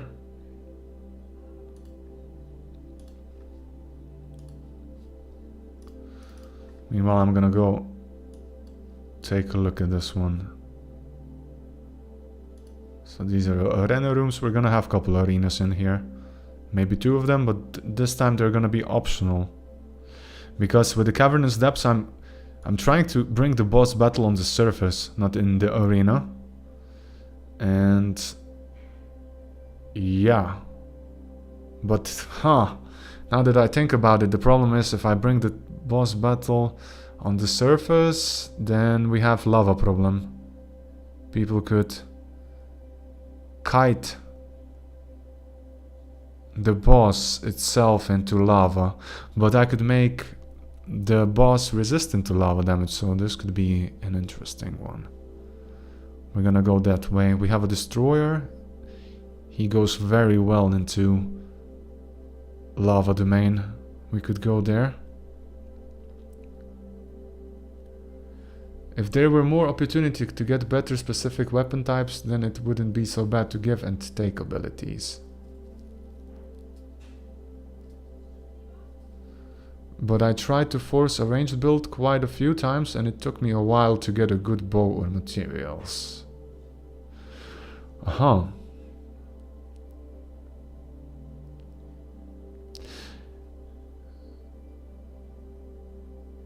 That's an interesting one. You know what I could make? I was thinking, well, the recipes were for the demo only, how they were placed. I mean, the same system's gonna be there, but I was thinking about component that could make this a bit more interesting. And the component that is molds. Not molds like fungi and so on, if I make sense. But like, not a blueprint, but you know, if you cast an iron and so on, if you want to have an axe, you would have to have an axe mold. If you want to have a sword, you would have to have a sword one. Maybe for the bow, I know it doesn't make any sense, it's basically on the sticks and so on. You could have one for the bow. And then maybe in the second level you would find a merchant that for sure is gonna sell mold of each weapon type. Or at least a couple of them. So I would say you have to sell mold for, I don't know, 3-4 different weapon types. And we could wire it in that. You know. And then some of the materials could be used also for the ranged weapons and for the melee ones. But the outcome would be based on this blueprint, this mold that you place on the altar itself. I'm just trying to brainstorm a bit.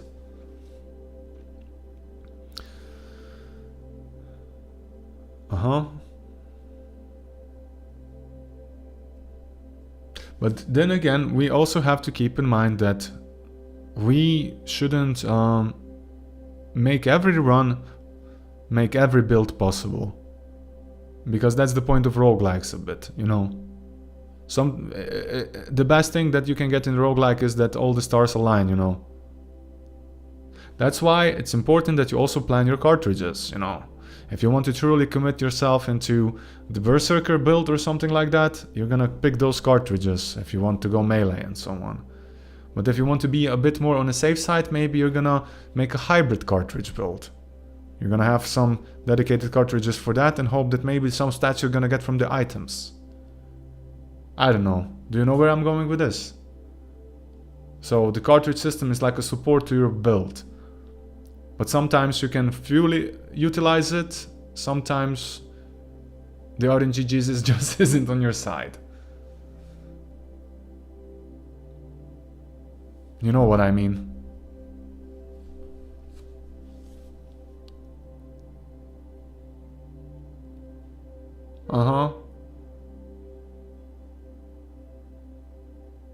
And then materials wouldn't drop for a bow and had no money.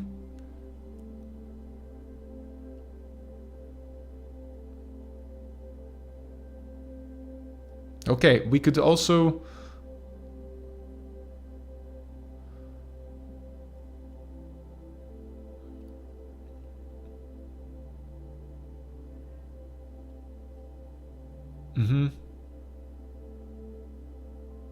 Mm-hmm.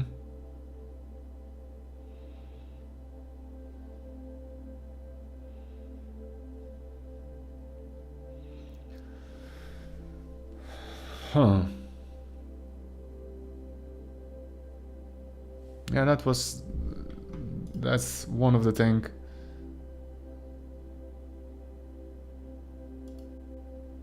The press Shuna. Thanks for the follow. I see it now on the mail. Not sure if still in here, but yeah, thank you for the follow. I wish there was a little more agency in how a start goes.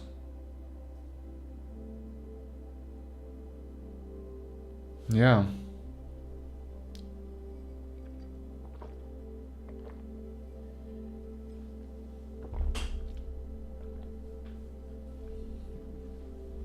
Good update, right?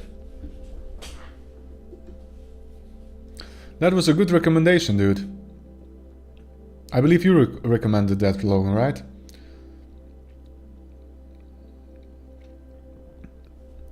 It's a good update. I'm thinking about, you know, the way that we have, for example, now arenas. Those are little rooms. Maybe I could have like dedicated challenge rooms. I don't know, a gnome would appear and he would tell you, I can take you to the land full of trees and so on. I could take you to the land full of ore or something. And then a small room would spawn where there would be more resources, but the thing spawning there would be like, yeah, you're gonna get... somebody's gonna force himself on you, you know, if you want to get that loot. And that's the part where we could actually reuse the units that we have as enemies, and we could bump their level. So we would say, okay, you want to get a chance to get a stick or something, I'm gonna take you there, but, you know, you can get the crap beaten out of you. There are gonna be things like that.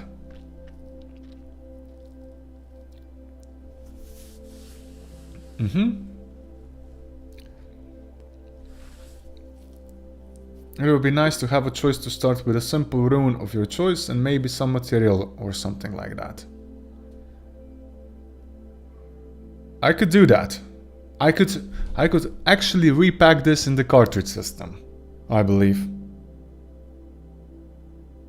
A simple rune, but not of your choice, you know, because then I have to build the whole system around, okay, rune of your choice. Yeah. How do I do that? Then I have to list all the runes available. You would pick the best rune. I know that earlier, like a couple of weeks ago, we were talking about maybe that you could send yourself an item back to the camp. That would be a good one. Also, right? I mean, it would keep you a bit motivated for the next run. You would say, okay, I performed this run very well. I have this item. Okay, it's not the best one, but if I send it back to myself in the next run, right? I'm gonna start a bit more powered and I can get further and so on. That was a cool thing. We talked about that, right?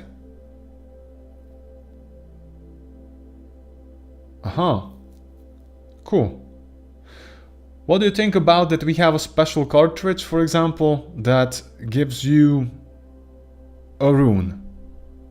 And this special starting cartridge is a passive. It basically locks, it takes a slot from you. You can't put anything in it, but you start with a rune. Because we have to have some kind of a gain some, lose some, you know. This is where the magic happens.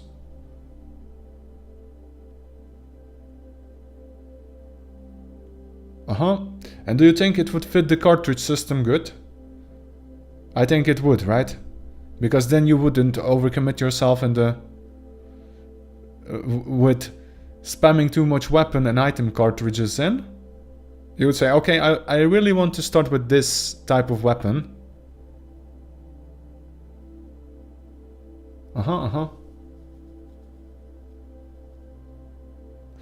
I'm just gonna write this down.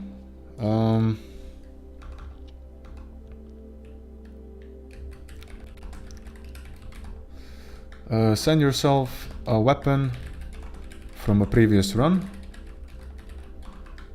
So implement a magic container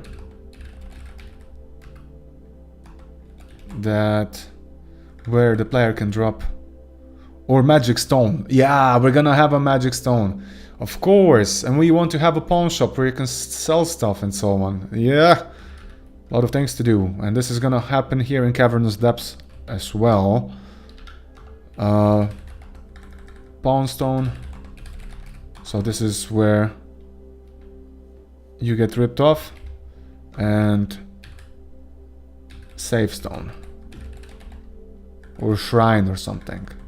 Stone, because the interaction is going to be same like with the blacksmith stone, where you walk over it and you drop the item on it. You're gonna have a stone maybe where you walk over it and you drop an item on it and it's gonna disappear, but we're gonna write it in our system that, okay, now player sacrificed this item, and when he starts the game we're gonna add it automatically to the inventory at the beginning. This one will work, and this one is really cool, I believe.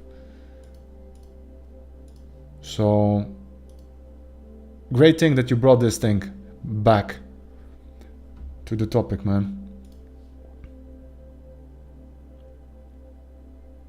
It would be quite funny to have no tooltip and to just lose it. Yeah.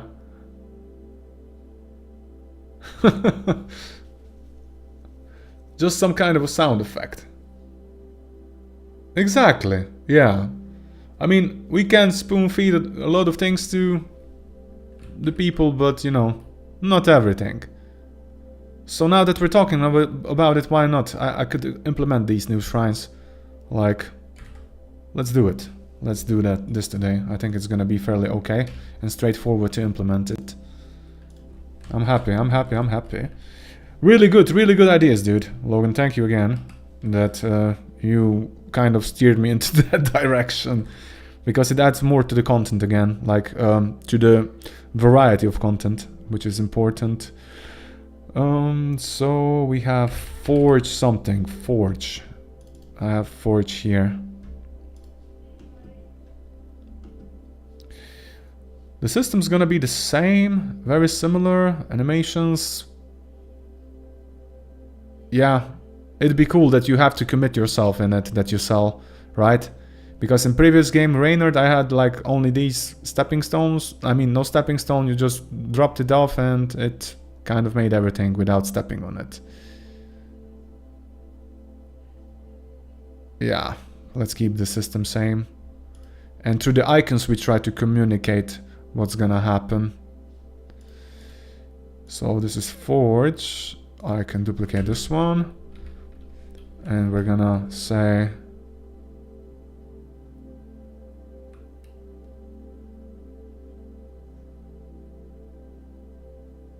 that's cool, man. That's really cool.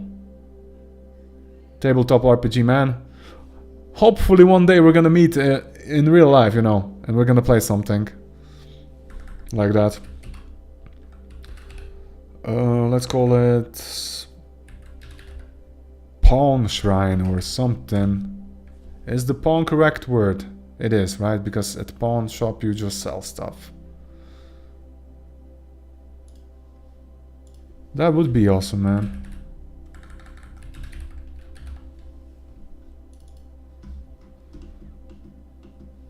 Here we go. Now we have this forge.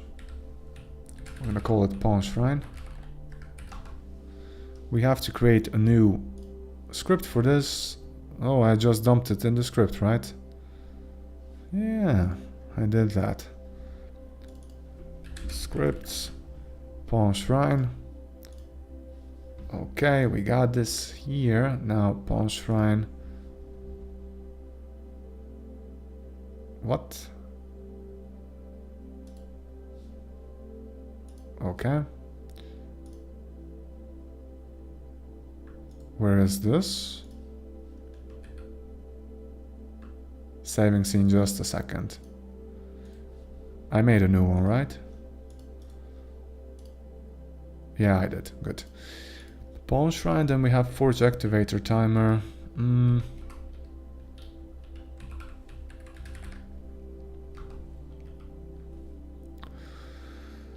And now when you start to do it like that, you see the stuff that you could be reusing, remaking, but as we know, the inheritance here is a bit iffy. So I just don't mind redoing this again. Here we go, Forge Activator Animation Player is okay. Let's just rename it. Let's keep it blank. If we're gonna have more shrines, why do I have to forge everything?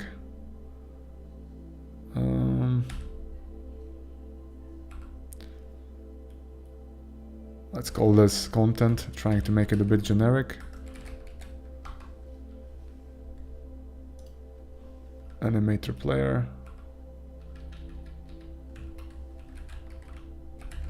We're gonna call these things shrines.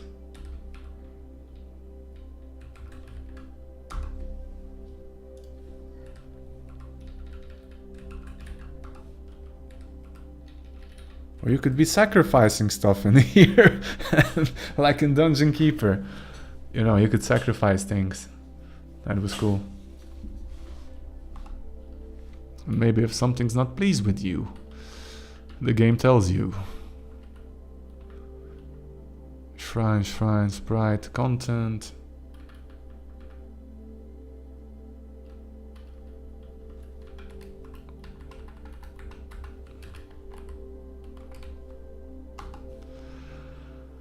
Yeah, we're gonna call this shrine. We're gonna make it modular because we're gonna have not only pawn.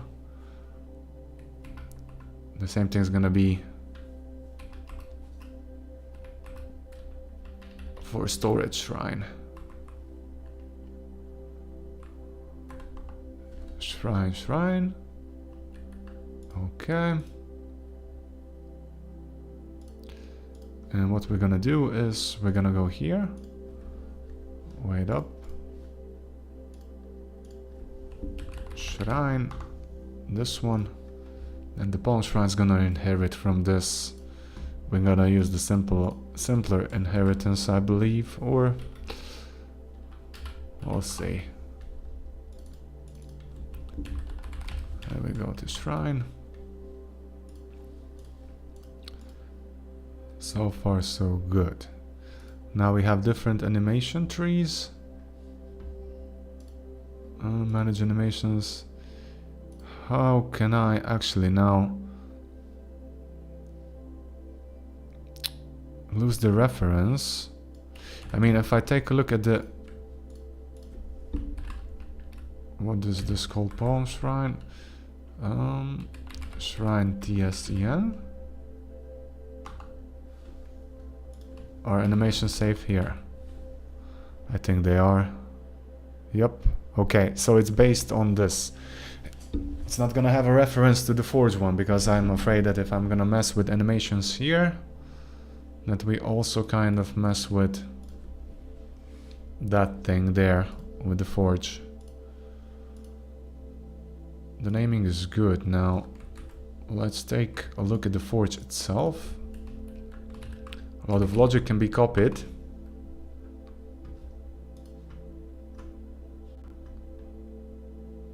$385. Okay, high entity on map, definitely. We have to implement the color which this thing is gonna have on the map, and we can import these things up here, because that's gonna basically be the same, and let's just copy it and then we start castrating it away.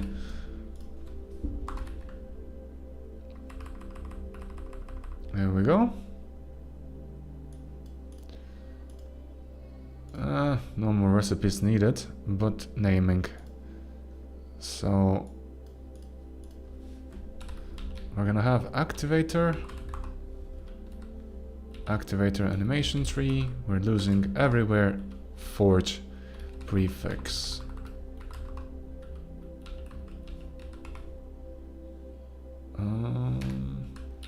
Let me take a look at the tree we have here. Then we have shrine animation player. Shrine animation player. Shrine animation tree.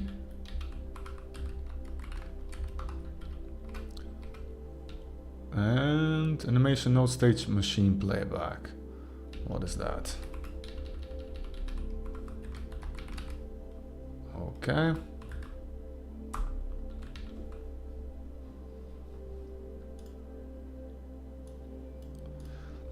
We can go a bit forward now and take a look. The dropped items and things like that are not needed here anymore. So this can be nuked. No, actually, to hell with it. I need everything. I need dropped items.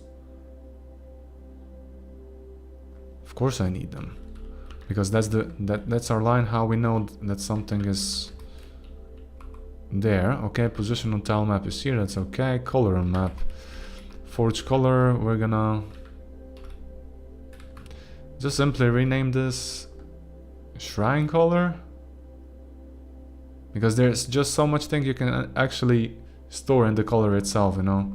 I don't have the icons and I don't plan on implementing the icons on the minimap. Waste of time if you ask me. It's cool that you know that color differentiates it, but forge color is gonna be probably renamed to shrine color, and then we know, okay, if you see the gray one on the minimap, you get that one.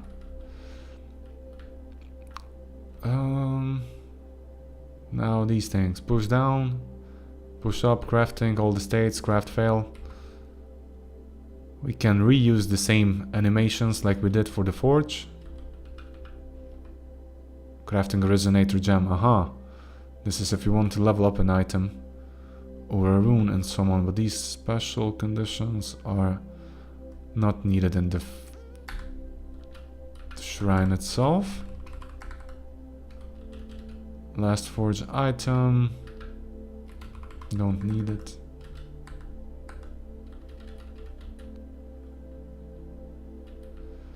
Here we get the references. We just have to do good naming for that. I have shrine activator timer, shrine activator area 2D, that's good. Then we have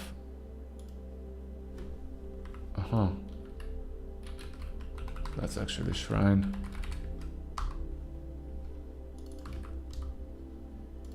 Forge activator area 2D, that's also wrong one.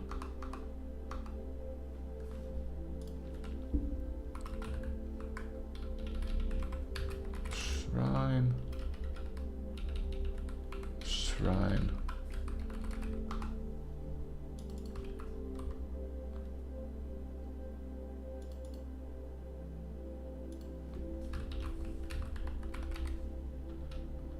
Activator animation player.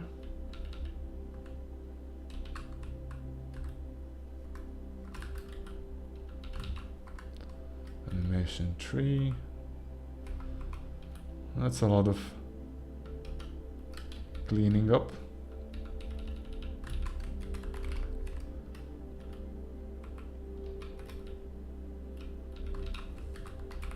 Wondering if I should just pass this in, but I'm not gonna. We're gonna do it by hand today. Now populate sorted recipes. It's not something that I want to do here. I can have protected. No, actually it's gonna be private. And this is being triggered when? Is it on init, on ready? And we're gonna call it custom on ready. Custom ready. And it's gonna be protected. And the thing's gonna be called here. At the end. I usually follow this thing. This pattern. Where I hook in the overrideable things. And then I override them then. I have the similar thing in the component system. Base component. These are the hooks I have.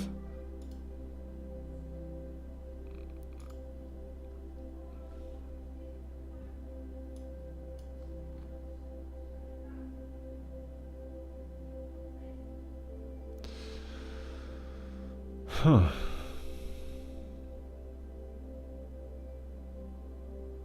I could be inheriting thing from the base component, couldn't I?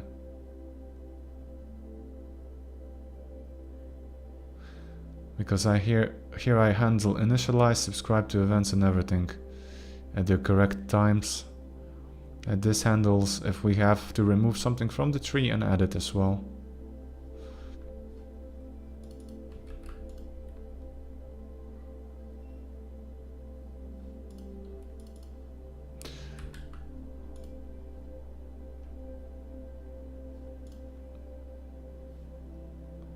Then we do custom ready.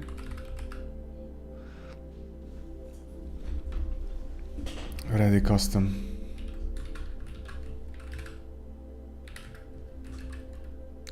But it's protected. And I don't have to do this. And I know that when this runs, after that comes subscribe to events. And we just do this. Protected override.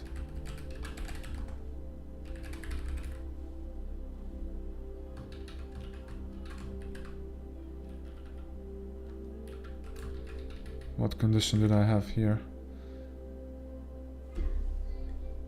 Same crap, huh?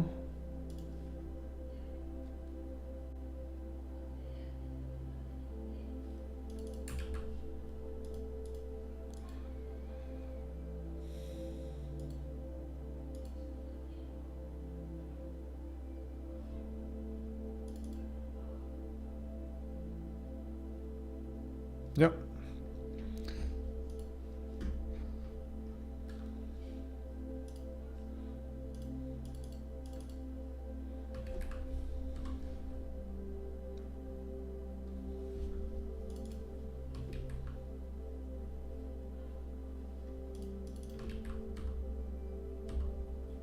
Okay.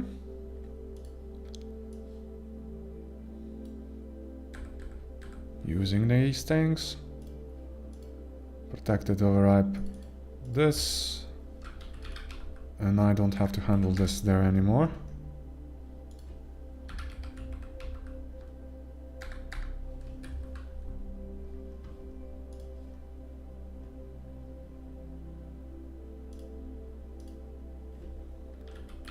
Same goes for this one.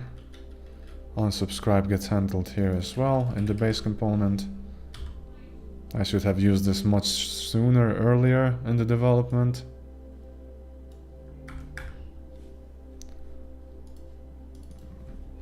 But I guess it's better late than never. And this is custom. This one.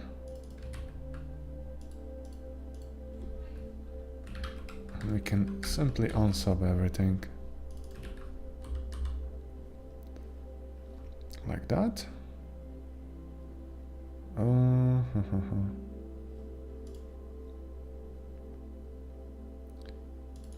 That's good.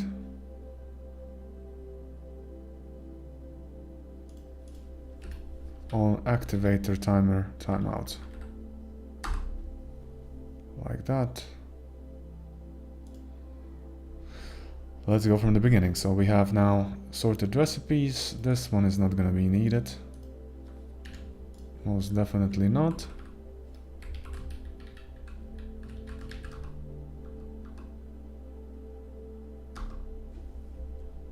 We can nuke it. The global is already here in this one. So using global like that is insane. And then we have this global. I'll start refactoring to use that structure. Children ready is also not needed anymore. It's being handled by the base component. You can also be away. This one can go away as well. This one emits when I spawn this entity, so the map gets updated. Here we go with these things. On activator, this is still needed. Forge activator Area entered. Okay, this is good. Last activated forge, what is that?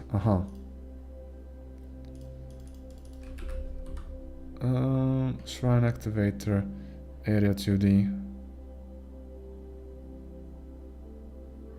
Body entered. Don't have to do anything specific here for now. One shot falls, wait time equals, and I start the... Okay. So this is when the button gets pressed. So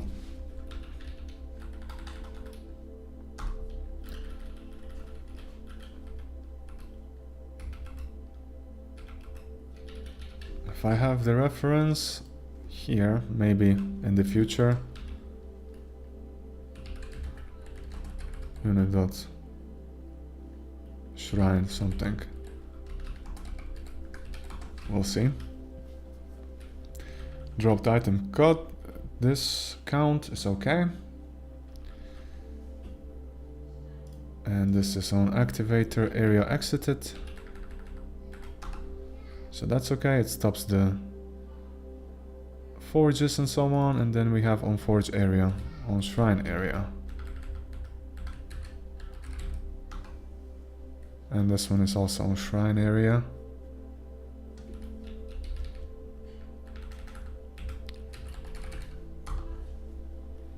But because this is a base class, what we gotta do is we gotta follow the pattern. So I suffix everything with custom. And what we gotta do here is we say protected, so everything that's gonna inherit from this,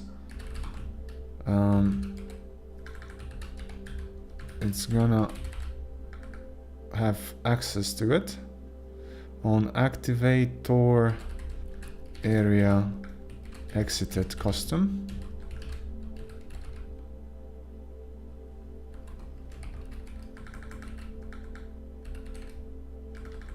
Nodes 2D, body 2D.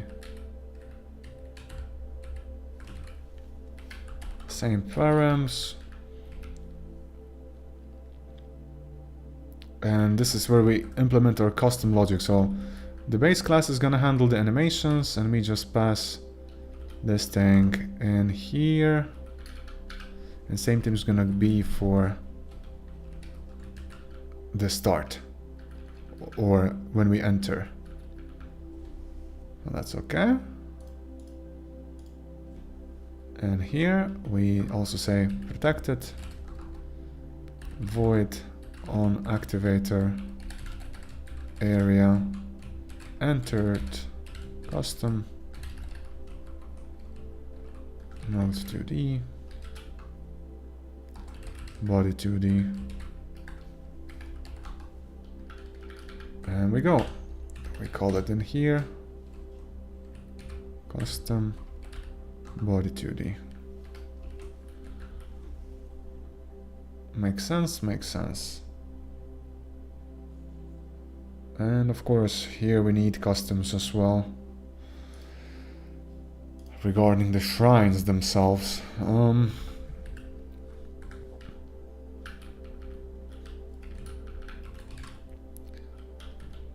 So far so good. Ooh, what a nasty typo. Activator. Like that. Okay, now on shrine area entered. On shrine area entered custom. Boom. Boom. Boom.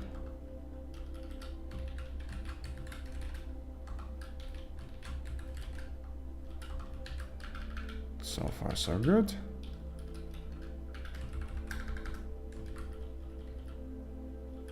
And then we have exited, protected, void,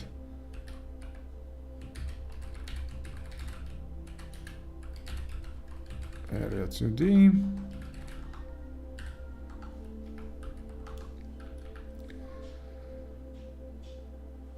So far so good, and we called you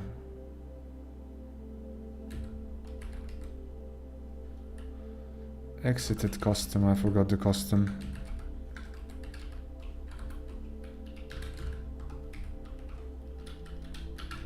Okay, custom. Good. Now custom ready, this one should live a bit higher.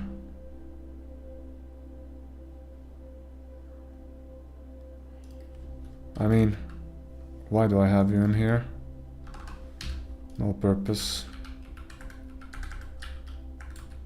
Subscribe to event custom, unsubscribe from event custom, then we have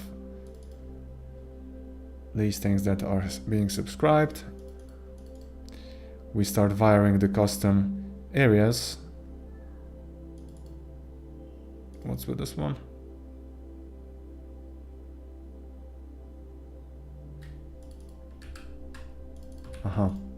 Typo. And this one as well.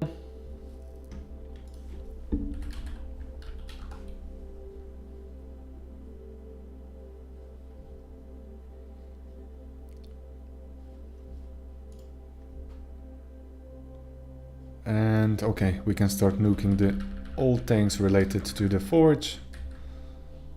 We don't need that.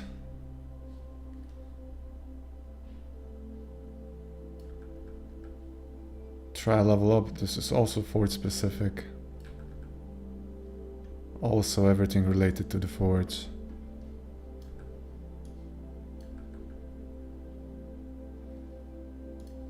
And we can use this one. Destroy item. Items used on shrine. It makes sense. Good.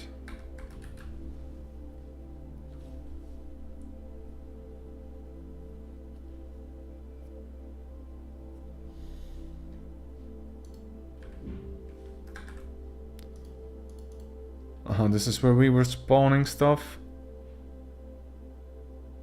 Now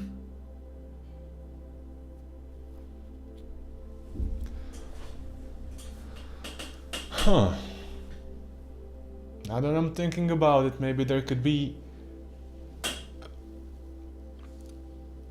a shrine that could actually get an item and it would just swap it out for something completely different. You know, it would be like a random thing.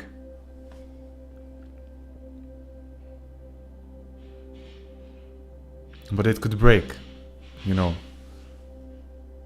like a pawn shop or a trading shrine, something.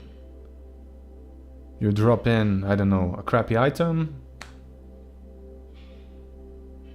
You have one chance, and then the roll would happen. Okay, if this item that you dropped, it's something is that the shrine likes.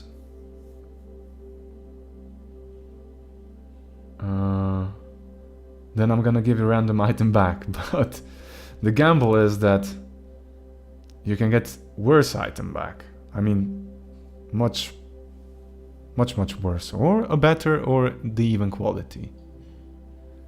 That also gives you an opportunity to gamble with sticks and so on. Or if something is really displeased, maybe an enemy will spawn.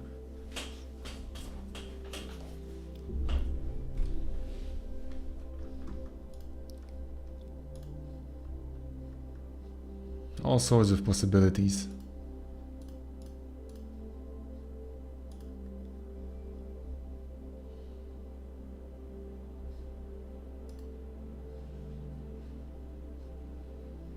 Okay.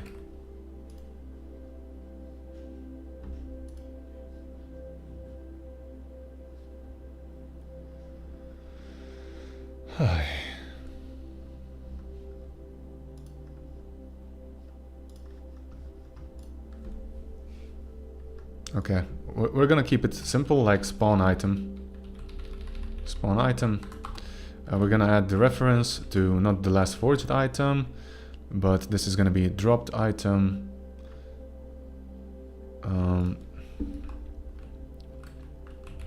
Dropped item. last spawn item.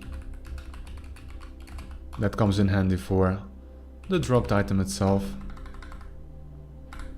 In the shrine, a lot of time we're gonna have last item, so this is okay. What we can do here now is just rename this unlucky thingy like that, and then we replace it with global.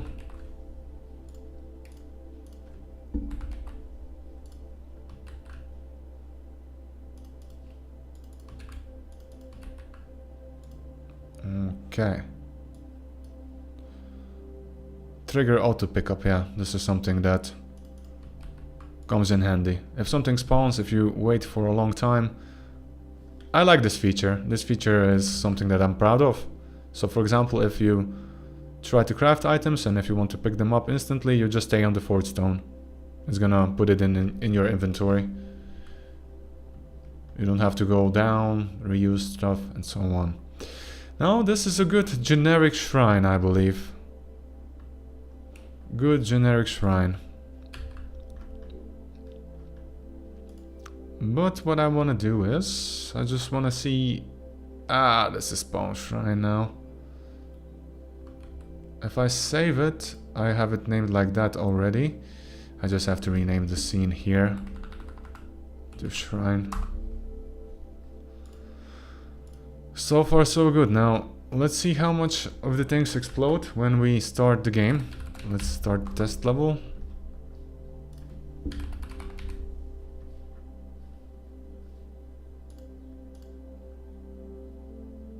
And let's slap it in here. Yeah, for now it has the same look as the forge, but soon we're gonna show some money signs or something.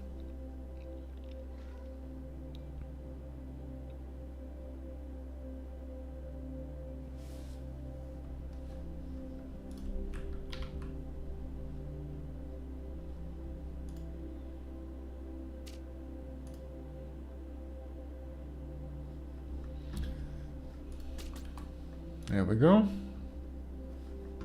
Let's see. 202 errors. I'm not sure if something new is here. No, those are the mugshot errors more or less. Yeah, because of the things that I didn't generate yet. But otherwise, if I go step on there. Let's see. Up here. Nothing plays. I guess I'm missing some references. Or the whole forge animation, the whole logic is definitely missing, so yeah. Not a problem. No new errors, but this is a generic one.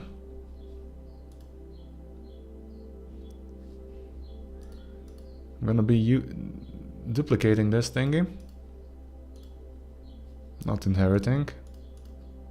Because we're gonna have issues then. So we're gonna call this one...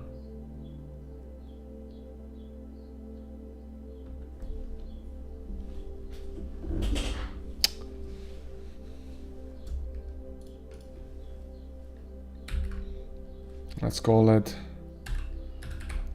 Pawn Shrine.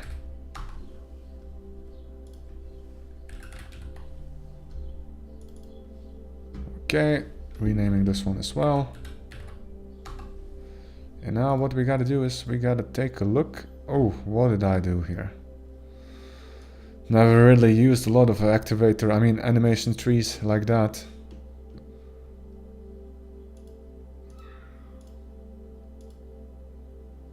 That's basically the same thing.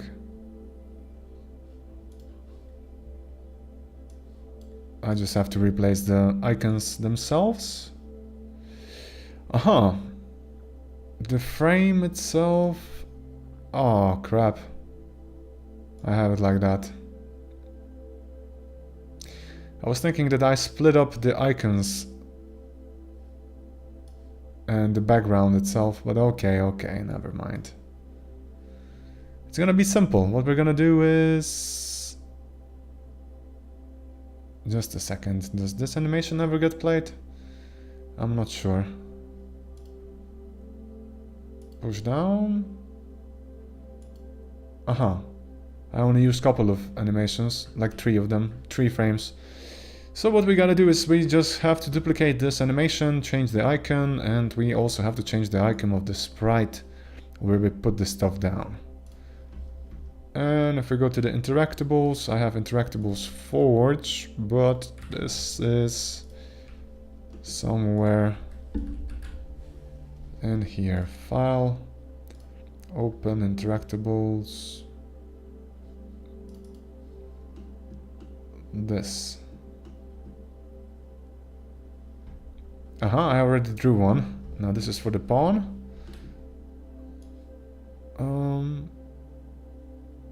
Shit. Sorry for swearing. Not really for the pawn. I was thinking maybe, you know, this is for the storage. It's good. You store the item. But what should I draw for selling the item? Which icon would make sense for selling it?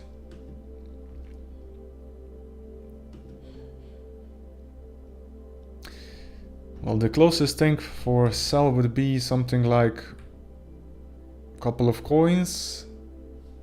But now we gotta take a look how the coins are displayed in the game. Just a second. Let's start it, and I'm gonna use it as a reference.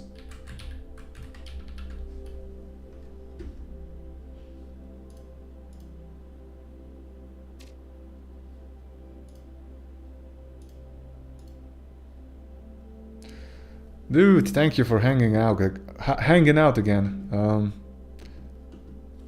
Great recommendations as always, man, and hope you have a very good night. Or good morning, or how should I say, dude.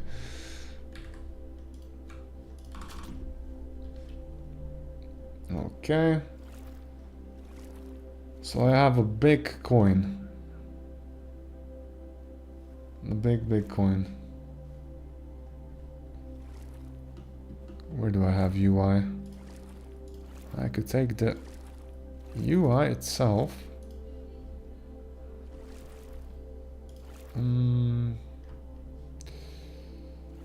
UI Atlas, is this the thing that I'm using? I'm not sure anymore. It would be really good to have a spring cleaning in the near future, but yeah.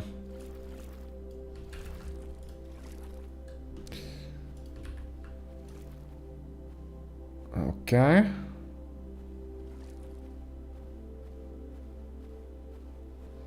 Yes, we could use this one. Well, it's not a huge one.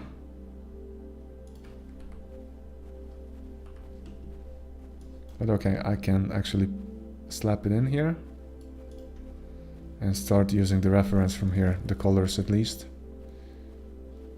So everything is gonna be colored like that.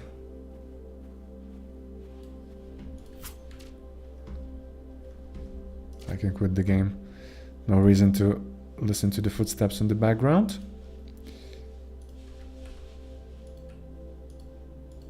I use this technique here. One thing we have to keep is actually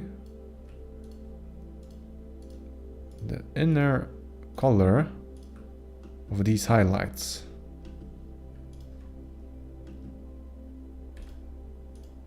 Well, it's not really a highlight, isn't it? And the background can become a bit more, well, had a good intention. Maybe if we add a bit of a highlight here. Looks like a coin, kinda does. Looks like a weird ass smiley.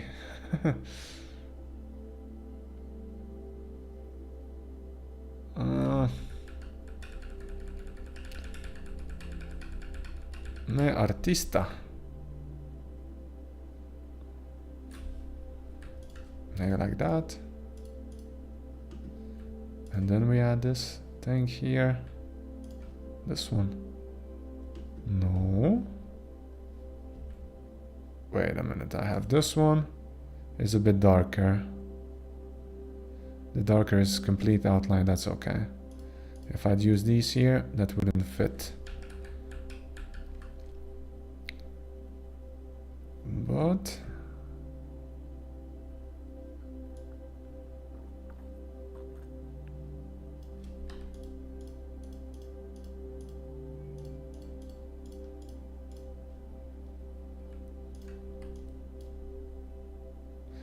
and I made a whole 360 again, and I'm gonna use it for now. And by for now, it means that it's gonna stay permanently inside. Hey, now that I made this, I think about it a bit and look at it. I think that we could make a stack of coins. Yeah. Yes, eh? Why not?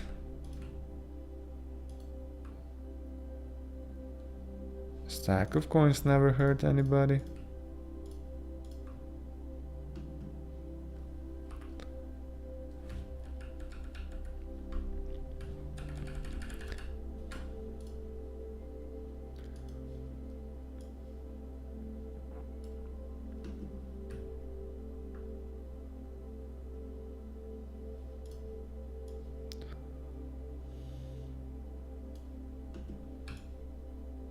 No.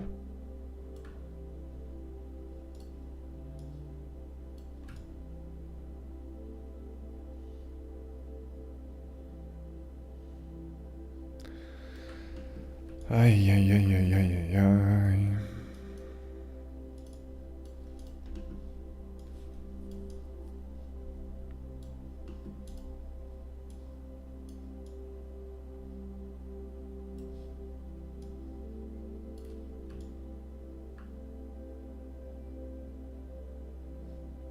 How is this overlap gonna work? Got a feeling that it ain't gonna work very well. So intention was good, but execution is poor.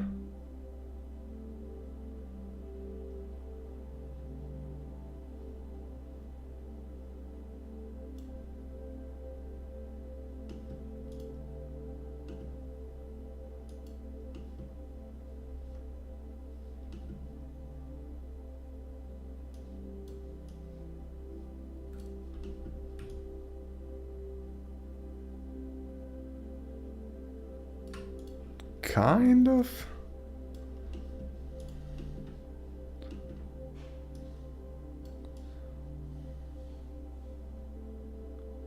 Something's off.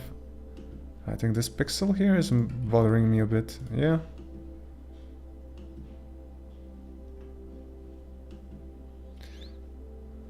Okay.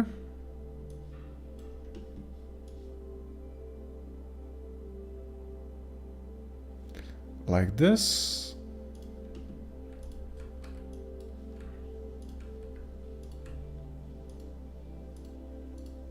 It looks like a bloody human centipede.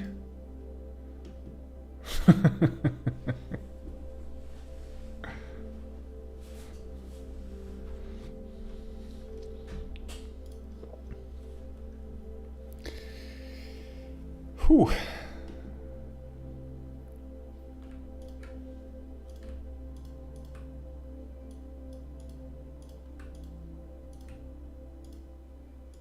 Maybe like this.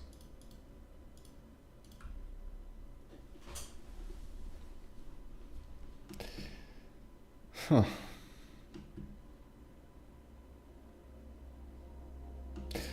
Well, for now.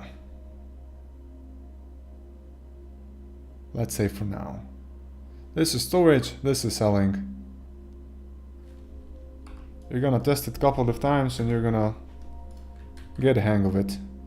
We have 2 shrines, which is cool. Now,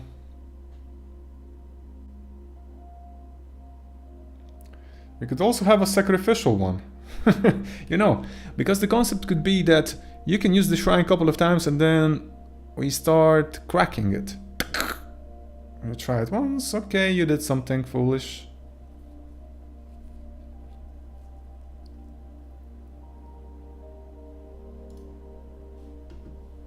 It's a possibility. We'll see. Okay, now we have this. Now I know that we need a button. This button here, and if we take a look at the file system, this is Forge interactable sheet. This is coming from where? Forge interactable sheet, come on, showing file system. It's here. I'm gonna dupe it.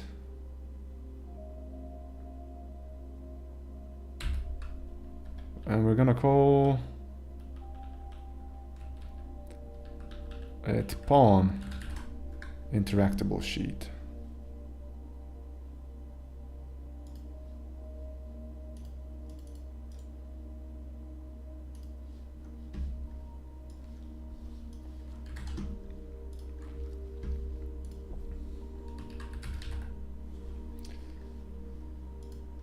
And if we go to, where was this monstrosity? Aha, sprites interactables.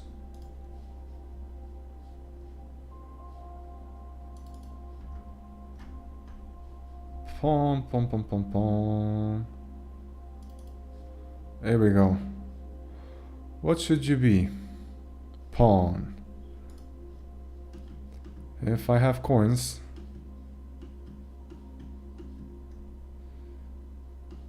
the action button should be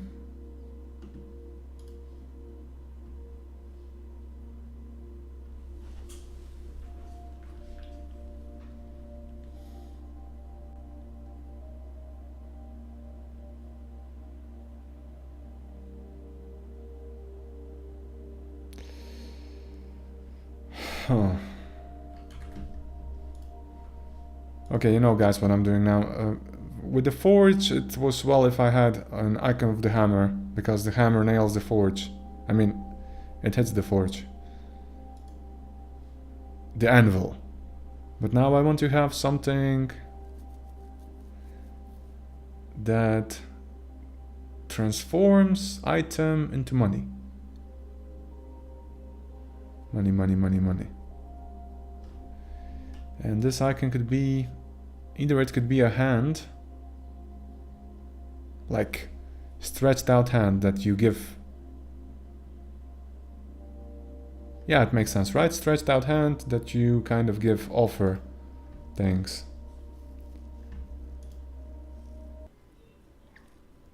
I wonder, can I listen to Final Fantasy Bossa Nova? Is this possible? Or will YouTube kind of grab tar and feathers and try to defeather me? Well, anyway, we'll see.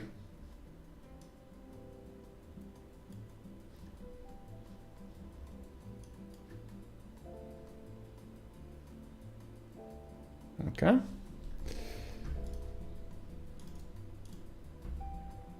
It's a beautiful day, by the way, at least where I am.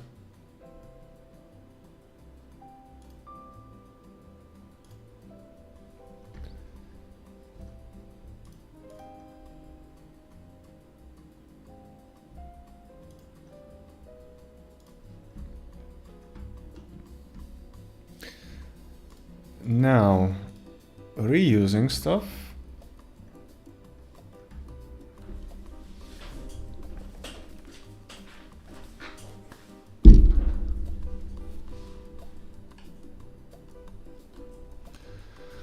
I just gotta find where I have UI elements, because that's the word where I believe I also have some good icons. Hey, this is a hand. Looks like a hand. Or, yes, maybe. Good enough, huh? We're gonna take it and flip it towards the icon of the forge.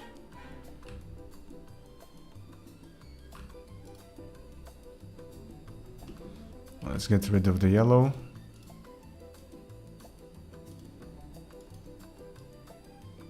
Maybe the peeps are gonna tar and feather me. I'm not a pixel artist.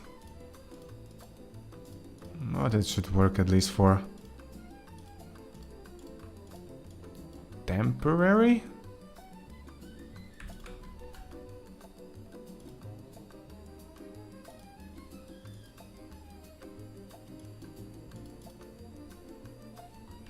Oh, I like this mix really a lot. Nice Final Fantasy music. As bossa nova.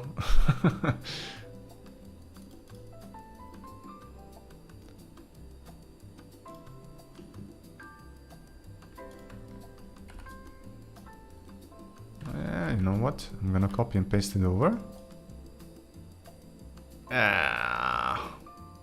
Okay, like that.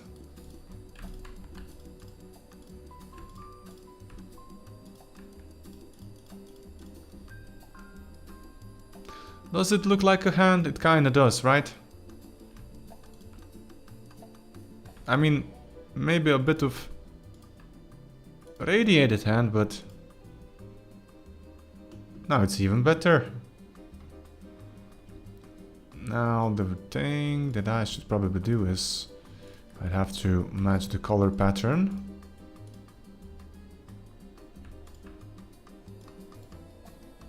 Better.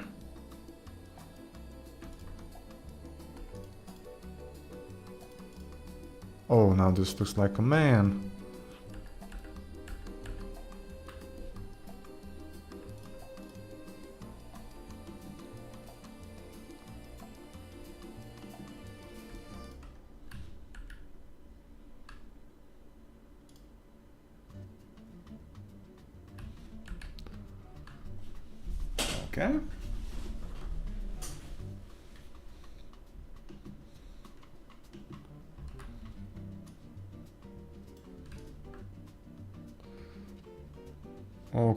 Okay. Okay. Now I kind of try to match how much it has to move down. I think regarding the icon is the same thing. Yeah. Because I basically remove these pixels only underneath. So I shouldn't be too much afraid of messing stuff. And this is actually something that I'm not using, so it's okay. So that's for the pawn. Now, what about the storage? Let's say I have an icon hammer when I use forge. Anvil. I have icon hand when I sell items. What should I have? Which icon should I have when I want to store the item?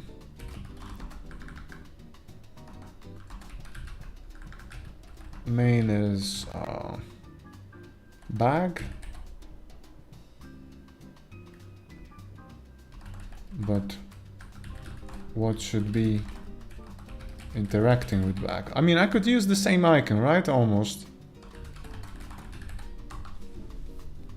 Because you put stuff in the bag. Hammer selling. Huh, downward. Huh. I could make an arrow.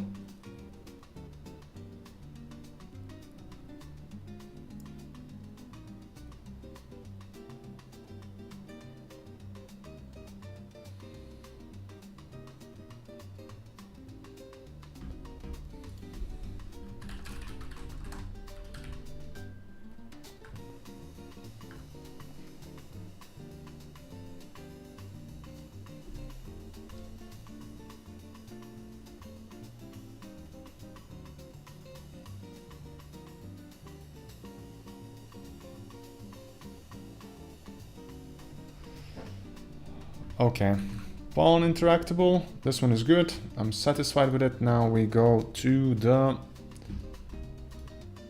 storage interactable.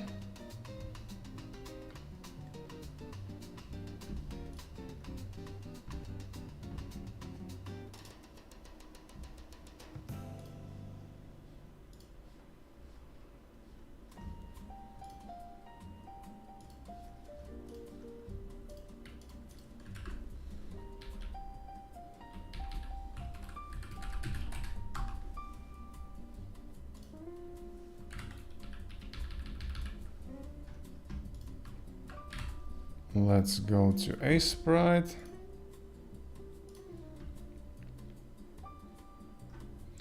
This one is at S. Here we go, and we're gonna use a simple arrow.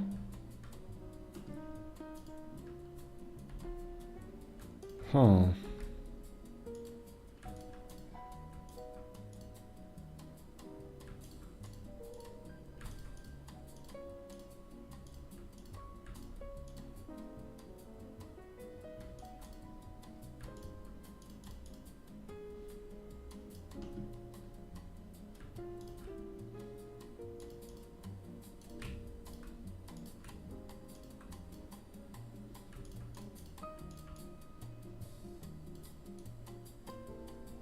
Okay. Just an outline. Yeah, makes sense. If I make every corner sharp on the edge, I believe it looks like an arrow and not like a sword, so that's okay.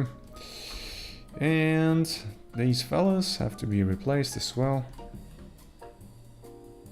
There we go. 1, 2, done.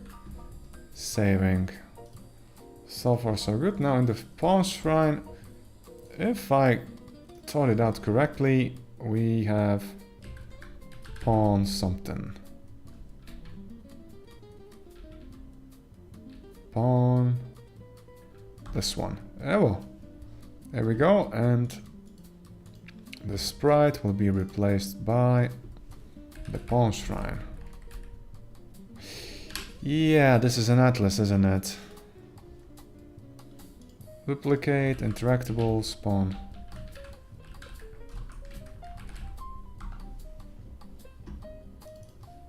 There we go. I think it's good, beautiful.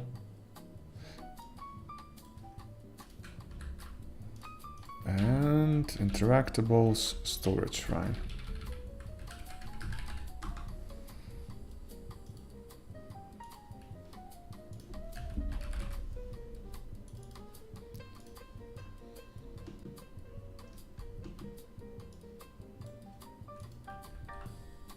Okay.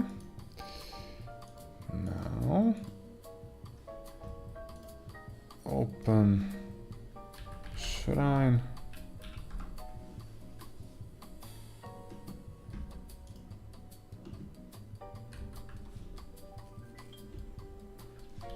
Maybe the problem is that the money is linearly set out like a centipede or a worm. In the future, I could try this layout, a bit different one. Just a second. Those were the interactables. For example, let me just be quick about it.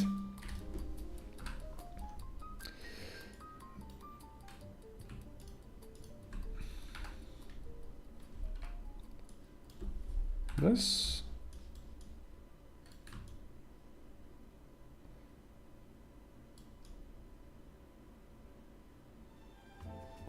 Or maybe they should overlap a bit.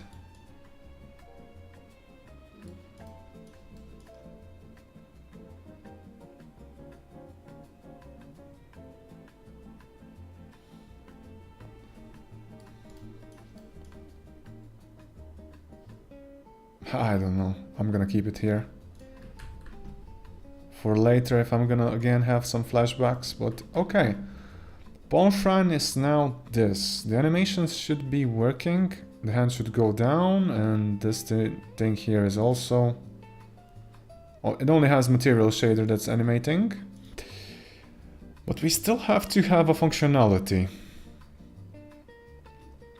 And the functionality should be quite straightforward. So if we put stuff on it and when we try to trigger stuff, where is that actually? On activator area entered. This one. So we make pawn shrine now. Pawn shrine. And here, because we have all the references in the base one, we're gonna just simply say protected override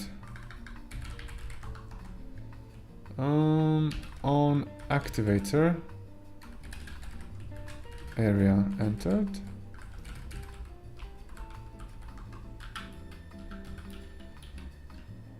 And we already do the checks here.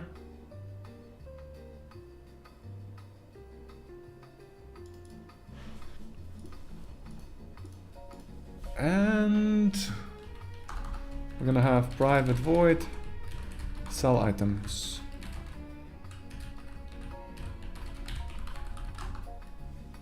And if dropped items, this condition already there is okay. But what we can do is, yeah, let's be safe for any case. If dropped items, wait a minute. Why don't I have a reference to you?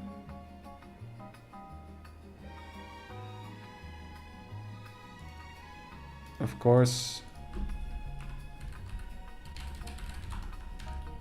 Gotta keep them protected.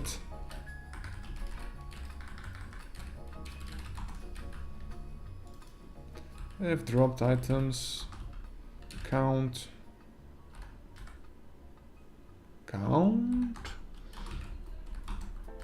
Less or equal to 0.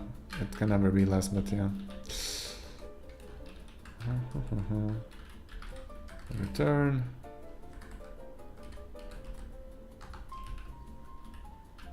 And here what I do is simply loop over dropped items.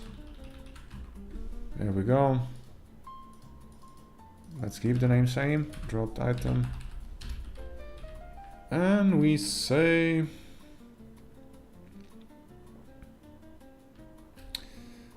if some condition check, let's have this extracted like boolean. Private bool, can item be sold?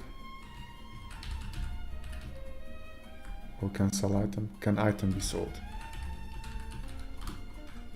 And we're gonna pass in item reference itself.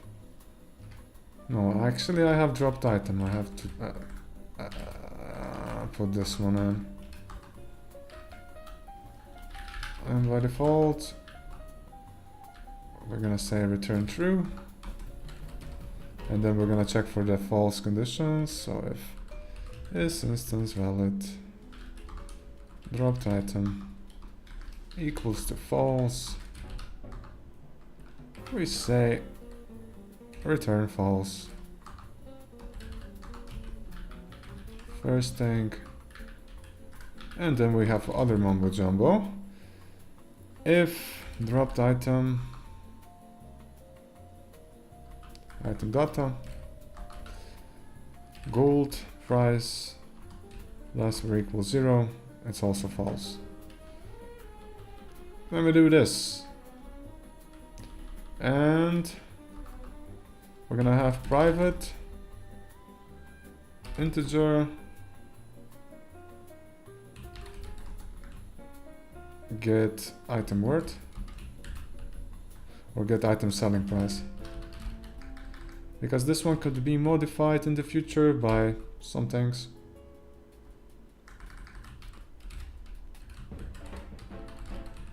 Selling price, okay. And then we say, of course,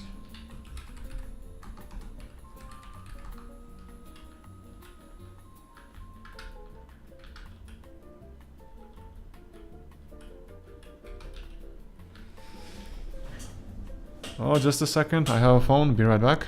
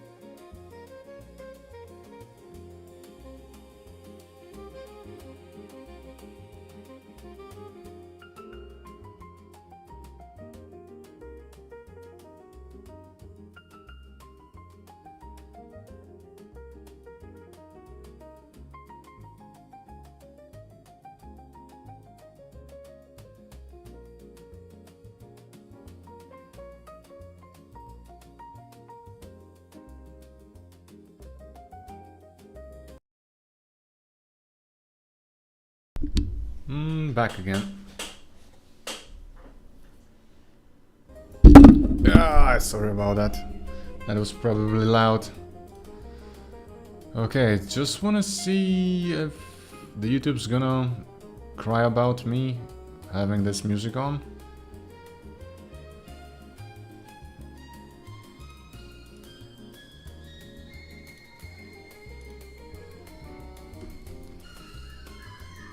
Ooh.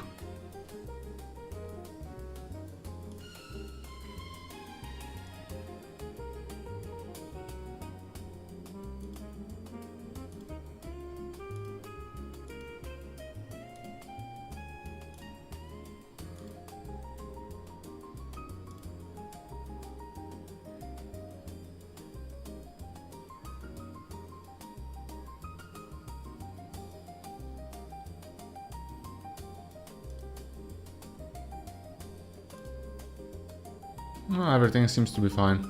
Okay, let's continue. I'm gonna finish this one and then I'm gonna have to pay more attention to the family, you know. So we stopped here, so get item selling price. This could be in the...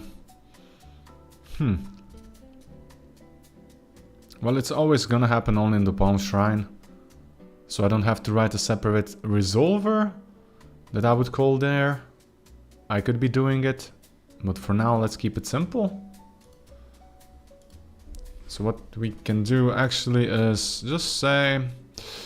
we're always gonna sell stuff that's traded for gold, so again...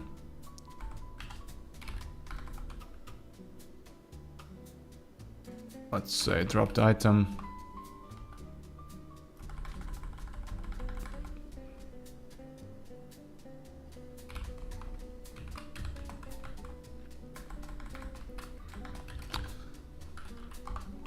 Dropped item. Again.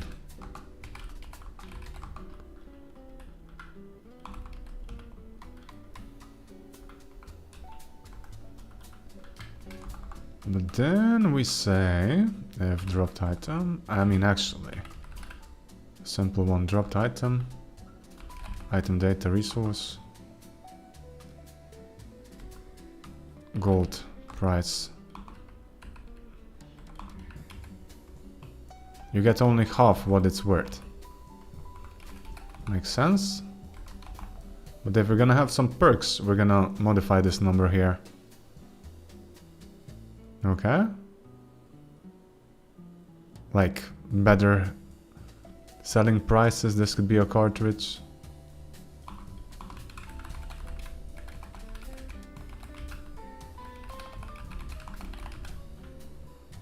So we can say, okay, if this is all good.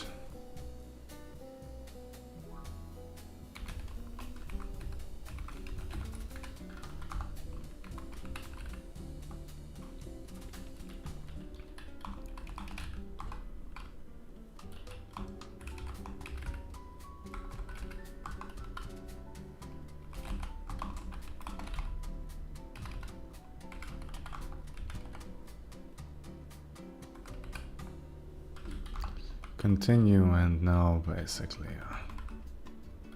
I have double checks in here. Why do I do that? I always like to do that, but it's private, not used outside the scope, so it's okay.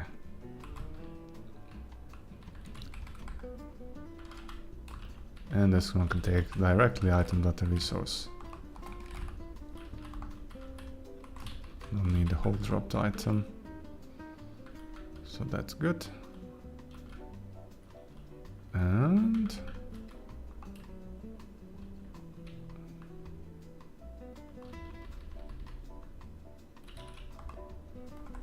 you can't sell it if it's not a valid item. You can sell it if the item data resource is null or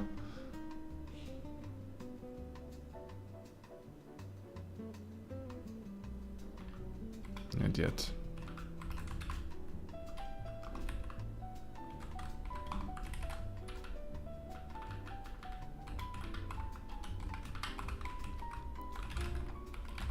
and we sold dropped item.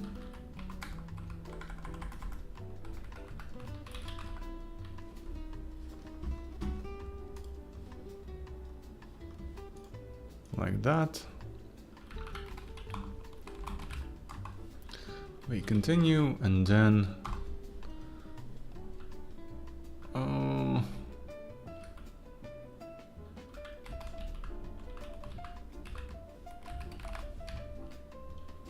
I have this one, I believe.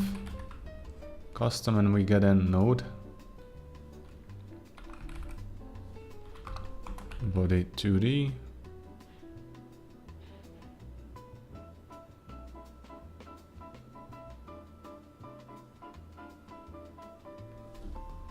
Huh.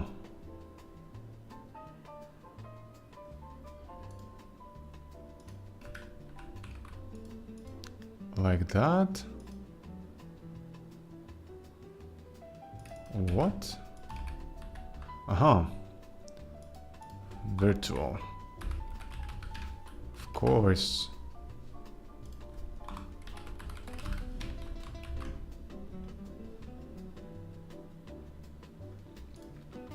It should be okay now.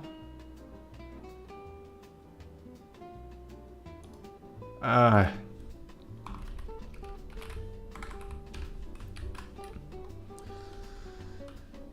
And then we do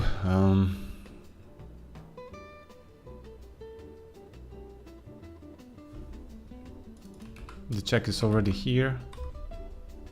And it's player and everything. We just sell items on the shrine. And by selling we mean that this is gonna be int gold worth equals to 0, and then we say gold price, I mean gold worth plus equals get item selling price, dropped item, item data. And here we say that we also destroy this Q3. Ooh, but then I have to also clean up that thing, of course. And that's where I'm also mumbo-jumboing the forge, right? Dropped items to destroy. Ooh, we got some circus.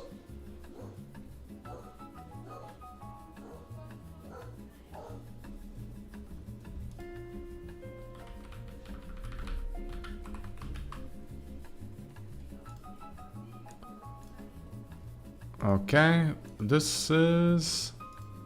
Actually, I have a functioning shrine, right? Destroy items used on shrine, this one.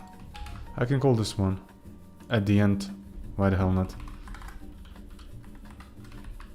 I mean, it's not optimized, but it shouldn't take a lot of things.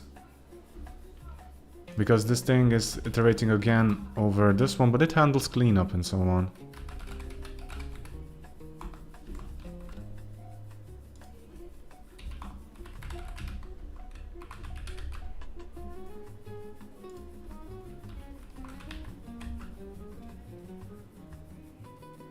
Okay.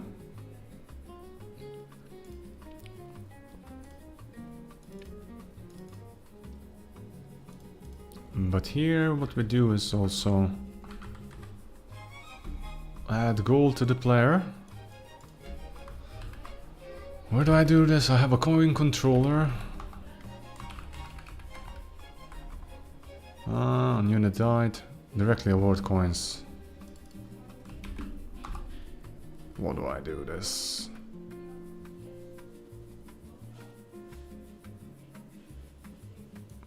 Yeah, I pass in. The reward source. What is the reward source? Do I use this anywhere? On unit died.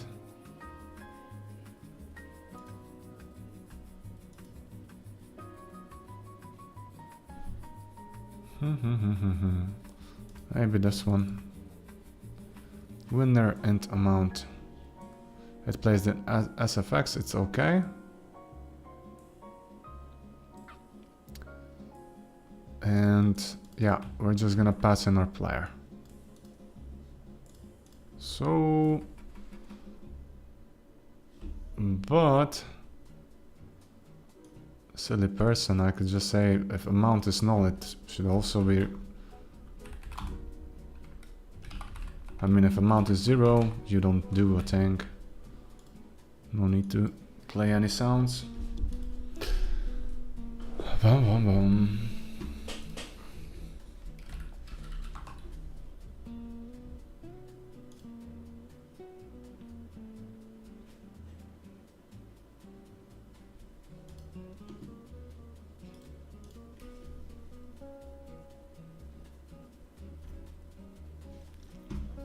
Okay. Global coin controller. It's level, right?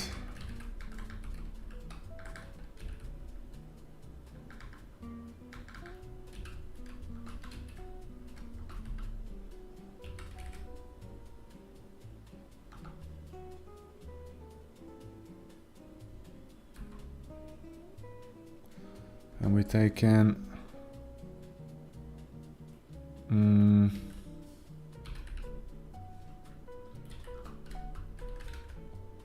game controller. Who the hell is Interact? I would want to have to... In the future, if I'm gonna have multiplayer, then the interactor should be stored somewhere here.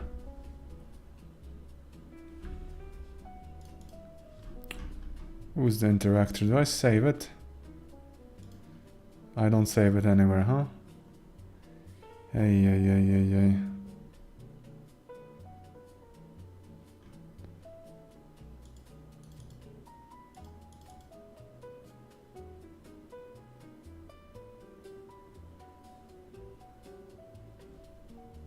Okay, for now, guess keep it simple. Unit.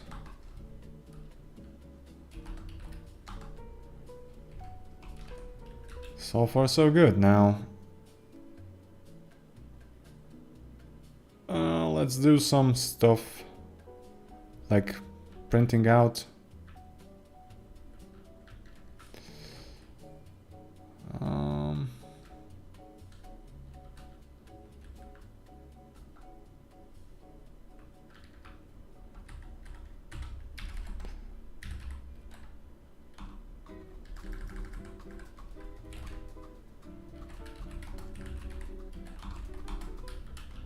Just for easier debug.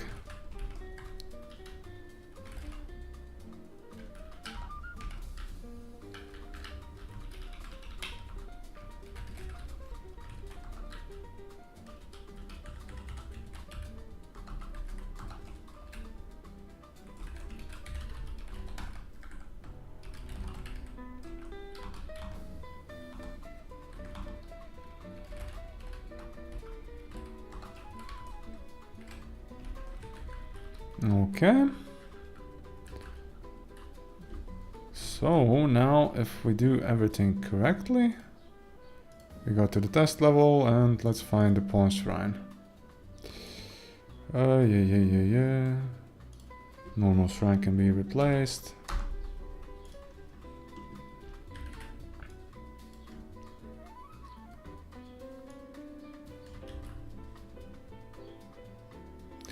I think we can drop off Rusty Sword.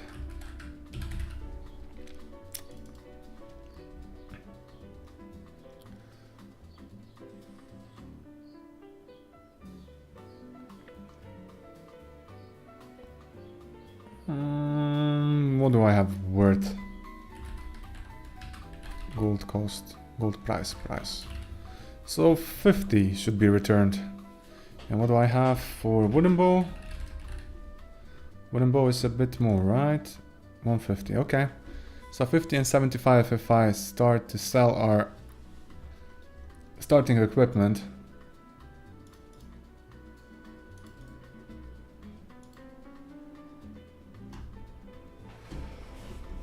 There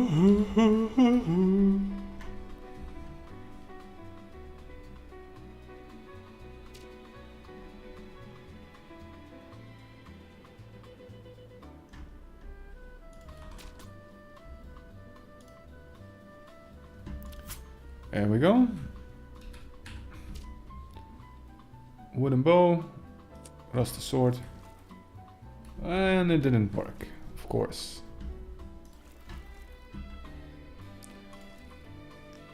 Try to forge item, method not found, of course, because this is in the inventory, I mean, in the animation itself, right?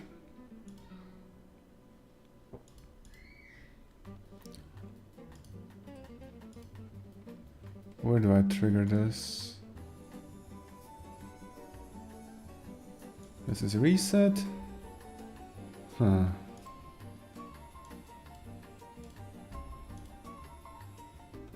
Fail. Success. No. Crafting. Here we go. Try to forge an item. Fallen shrine. Calling the function. It should be... try to do something.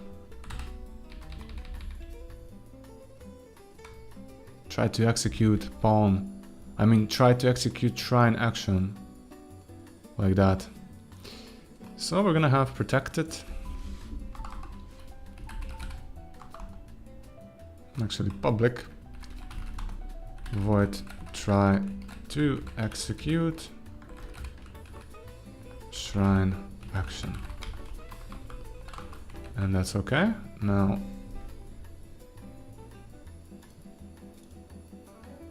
this is gonna be virtual. Maybe this is... yeah, you know what? It's gonna be public, but we're gonna be overwriting the protected one.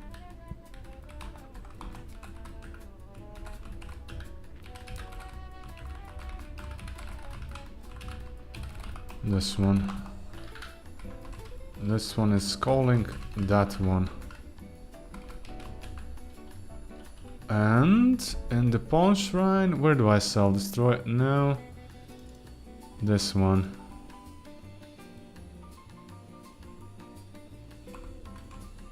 And what I do here is protected, override, try to execute shrine. I hate the typo.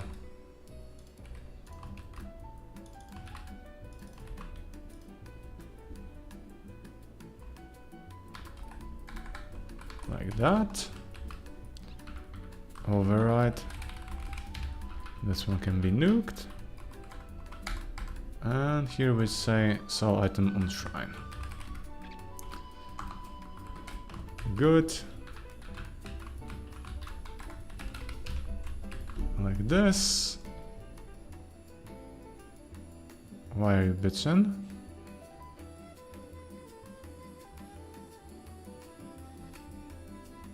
Virtual, of course. Are you okay now? You are. Okay. This one is like that. Now, let's change the animation function that's being triggered.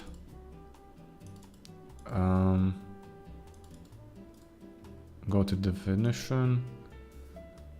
Fail to look up, of course. Because you don't exist anymore. But first I have to build it.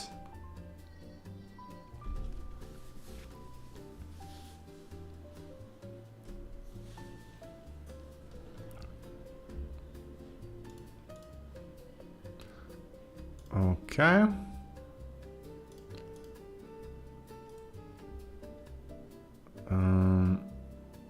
Insert key, and now we have this one. Try to execute shrine action.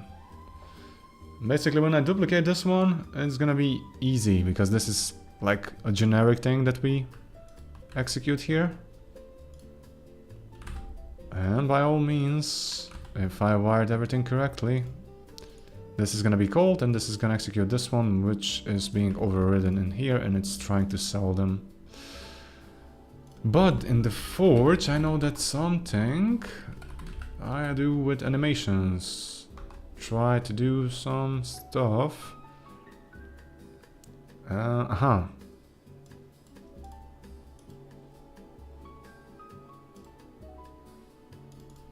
do this.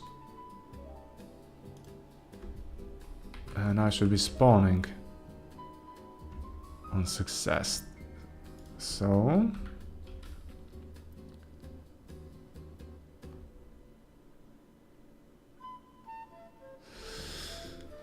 I could make this a boolean. Return false. At least one sold. False.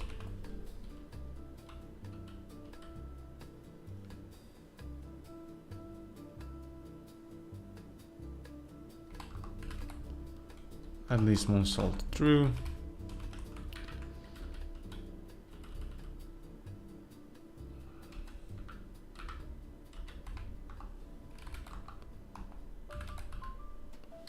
Like that.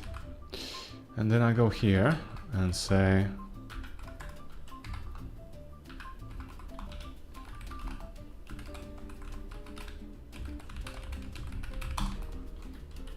and if at least one sold,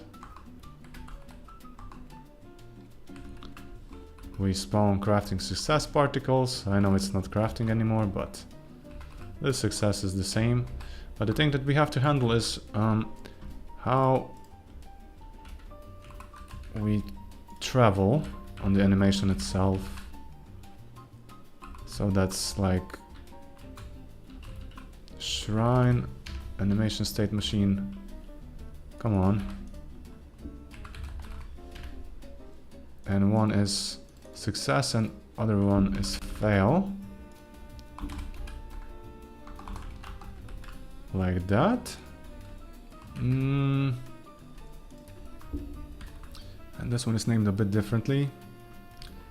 Animation state machine something. Animation state activator. Is it activator?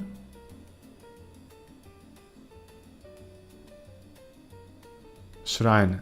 Animation. What the? Animation.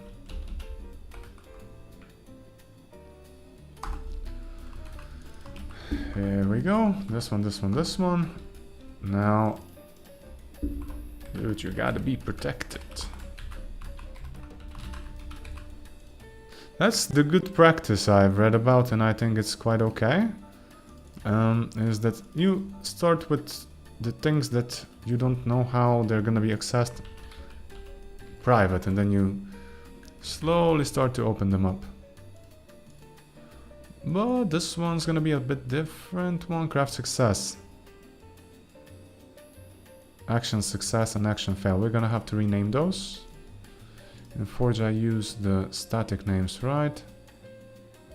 Craft, there we go. This is gonna basically live in the shrine.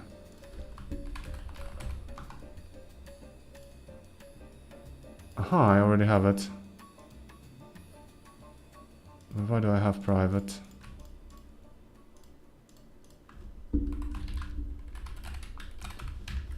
Okay. Now this should work.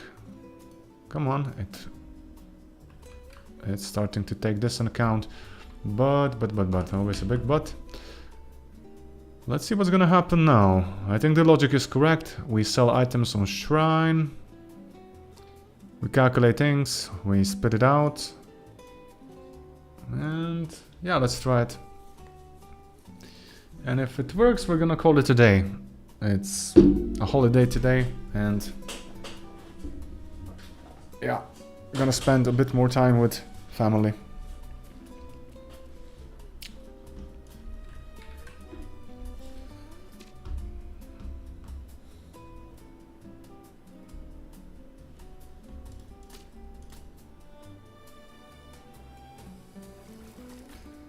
Okay, This one should be around 50 bucks. Come on, for real? Why you no sell? But come on, change the function and everything. How could you be calling that? It says, calling the third method shrine CS, try to forge item method not found, but... Dude...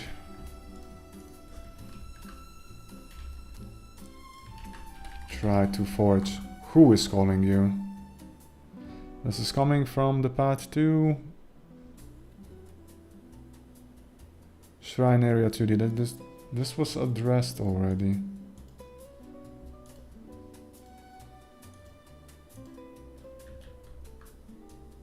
Yeah, of course. If you fill a pew, you can have two methods at the same call. At the same frame.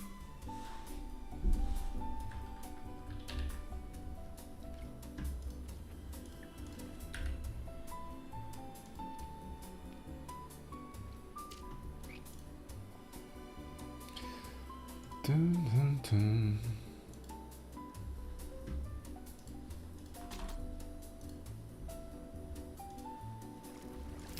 Okay.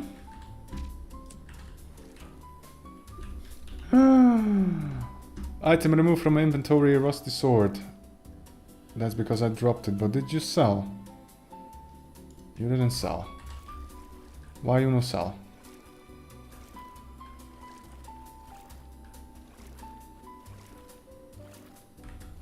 Now I got a beef with you. Now I have to start you through here. At least one sold. This one equals to true then.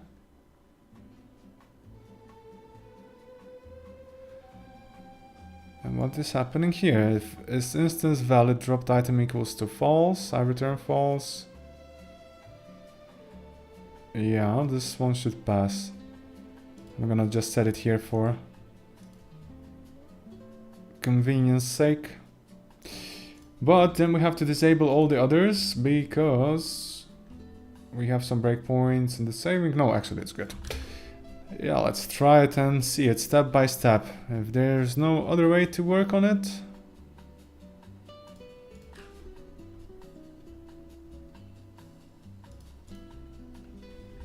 Do I have a correct script on it? I believe I do.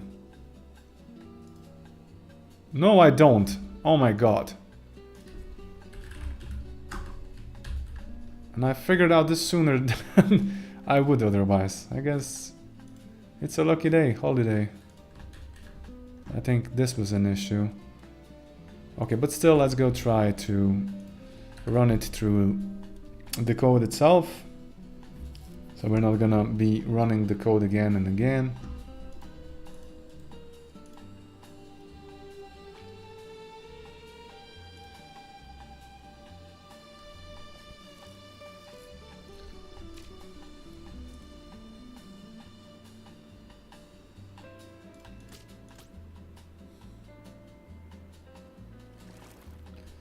Okay, drop in this.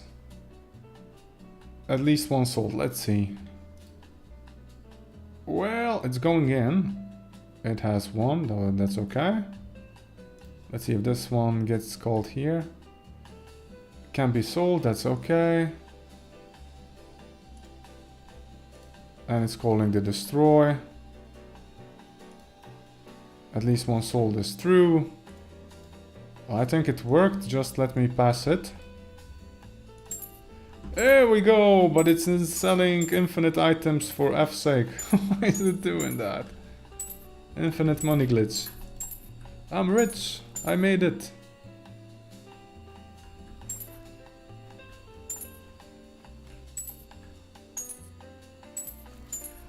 It's not being destroyed. Ay ay ay. Destroy items used on shrine. My Q3? Dropped items to destroy. Do I have something here? I don't believe I actually increment anything here.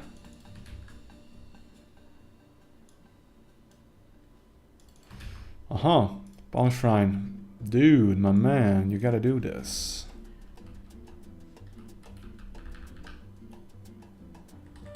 We gotta feed you in here, huh?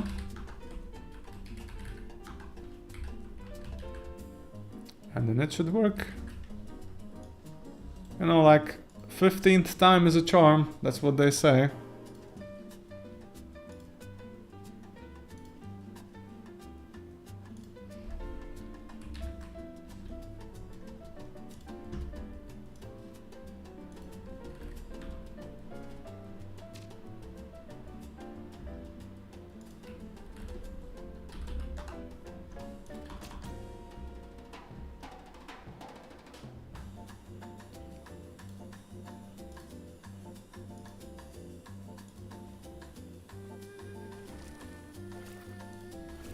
There we go. Hey, it worked. Me is so happy. So this one was 50, now this one should be 75. Yay! Great progress. Okay. Killing you softly. Let's just wrap it up. So these GD prints aren't needed anymore. And I can basically get rid of this temporary variable. I don't use it anywhere anyway. Like that. And let's commit it. We have 33 file changes. I didn't commit the last time, did I? Ninka. Get that.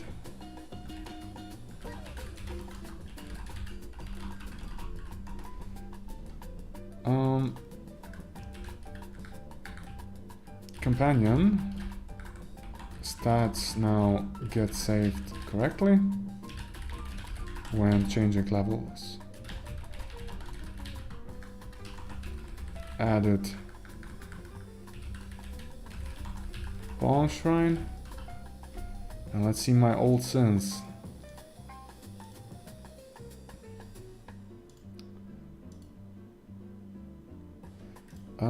Grass now has, brown grass now has brown particles. What else? Something else? I think we made a beautiful system regarding the shrines. Maybe just the forge thing, animations, those have to be renamed, so they're gonna be more generic. And then if I would really want to, I would have to move the forge itself to the shrine template. We can do it. And hey, here we have prints. You know what? This is what we're gonna lose then. Player profile. I'm the most happy I am about this. Saving companion data, because that was a pain in the ass.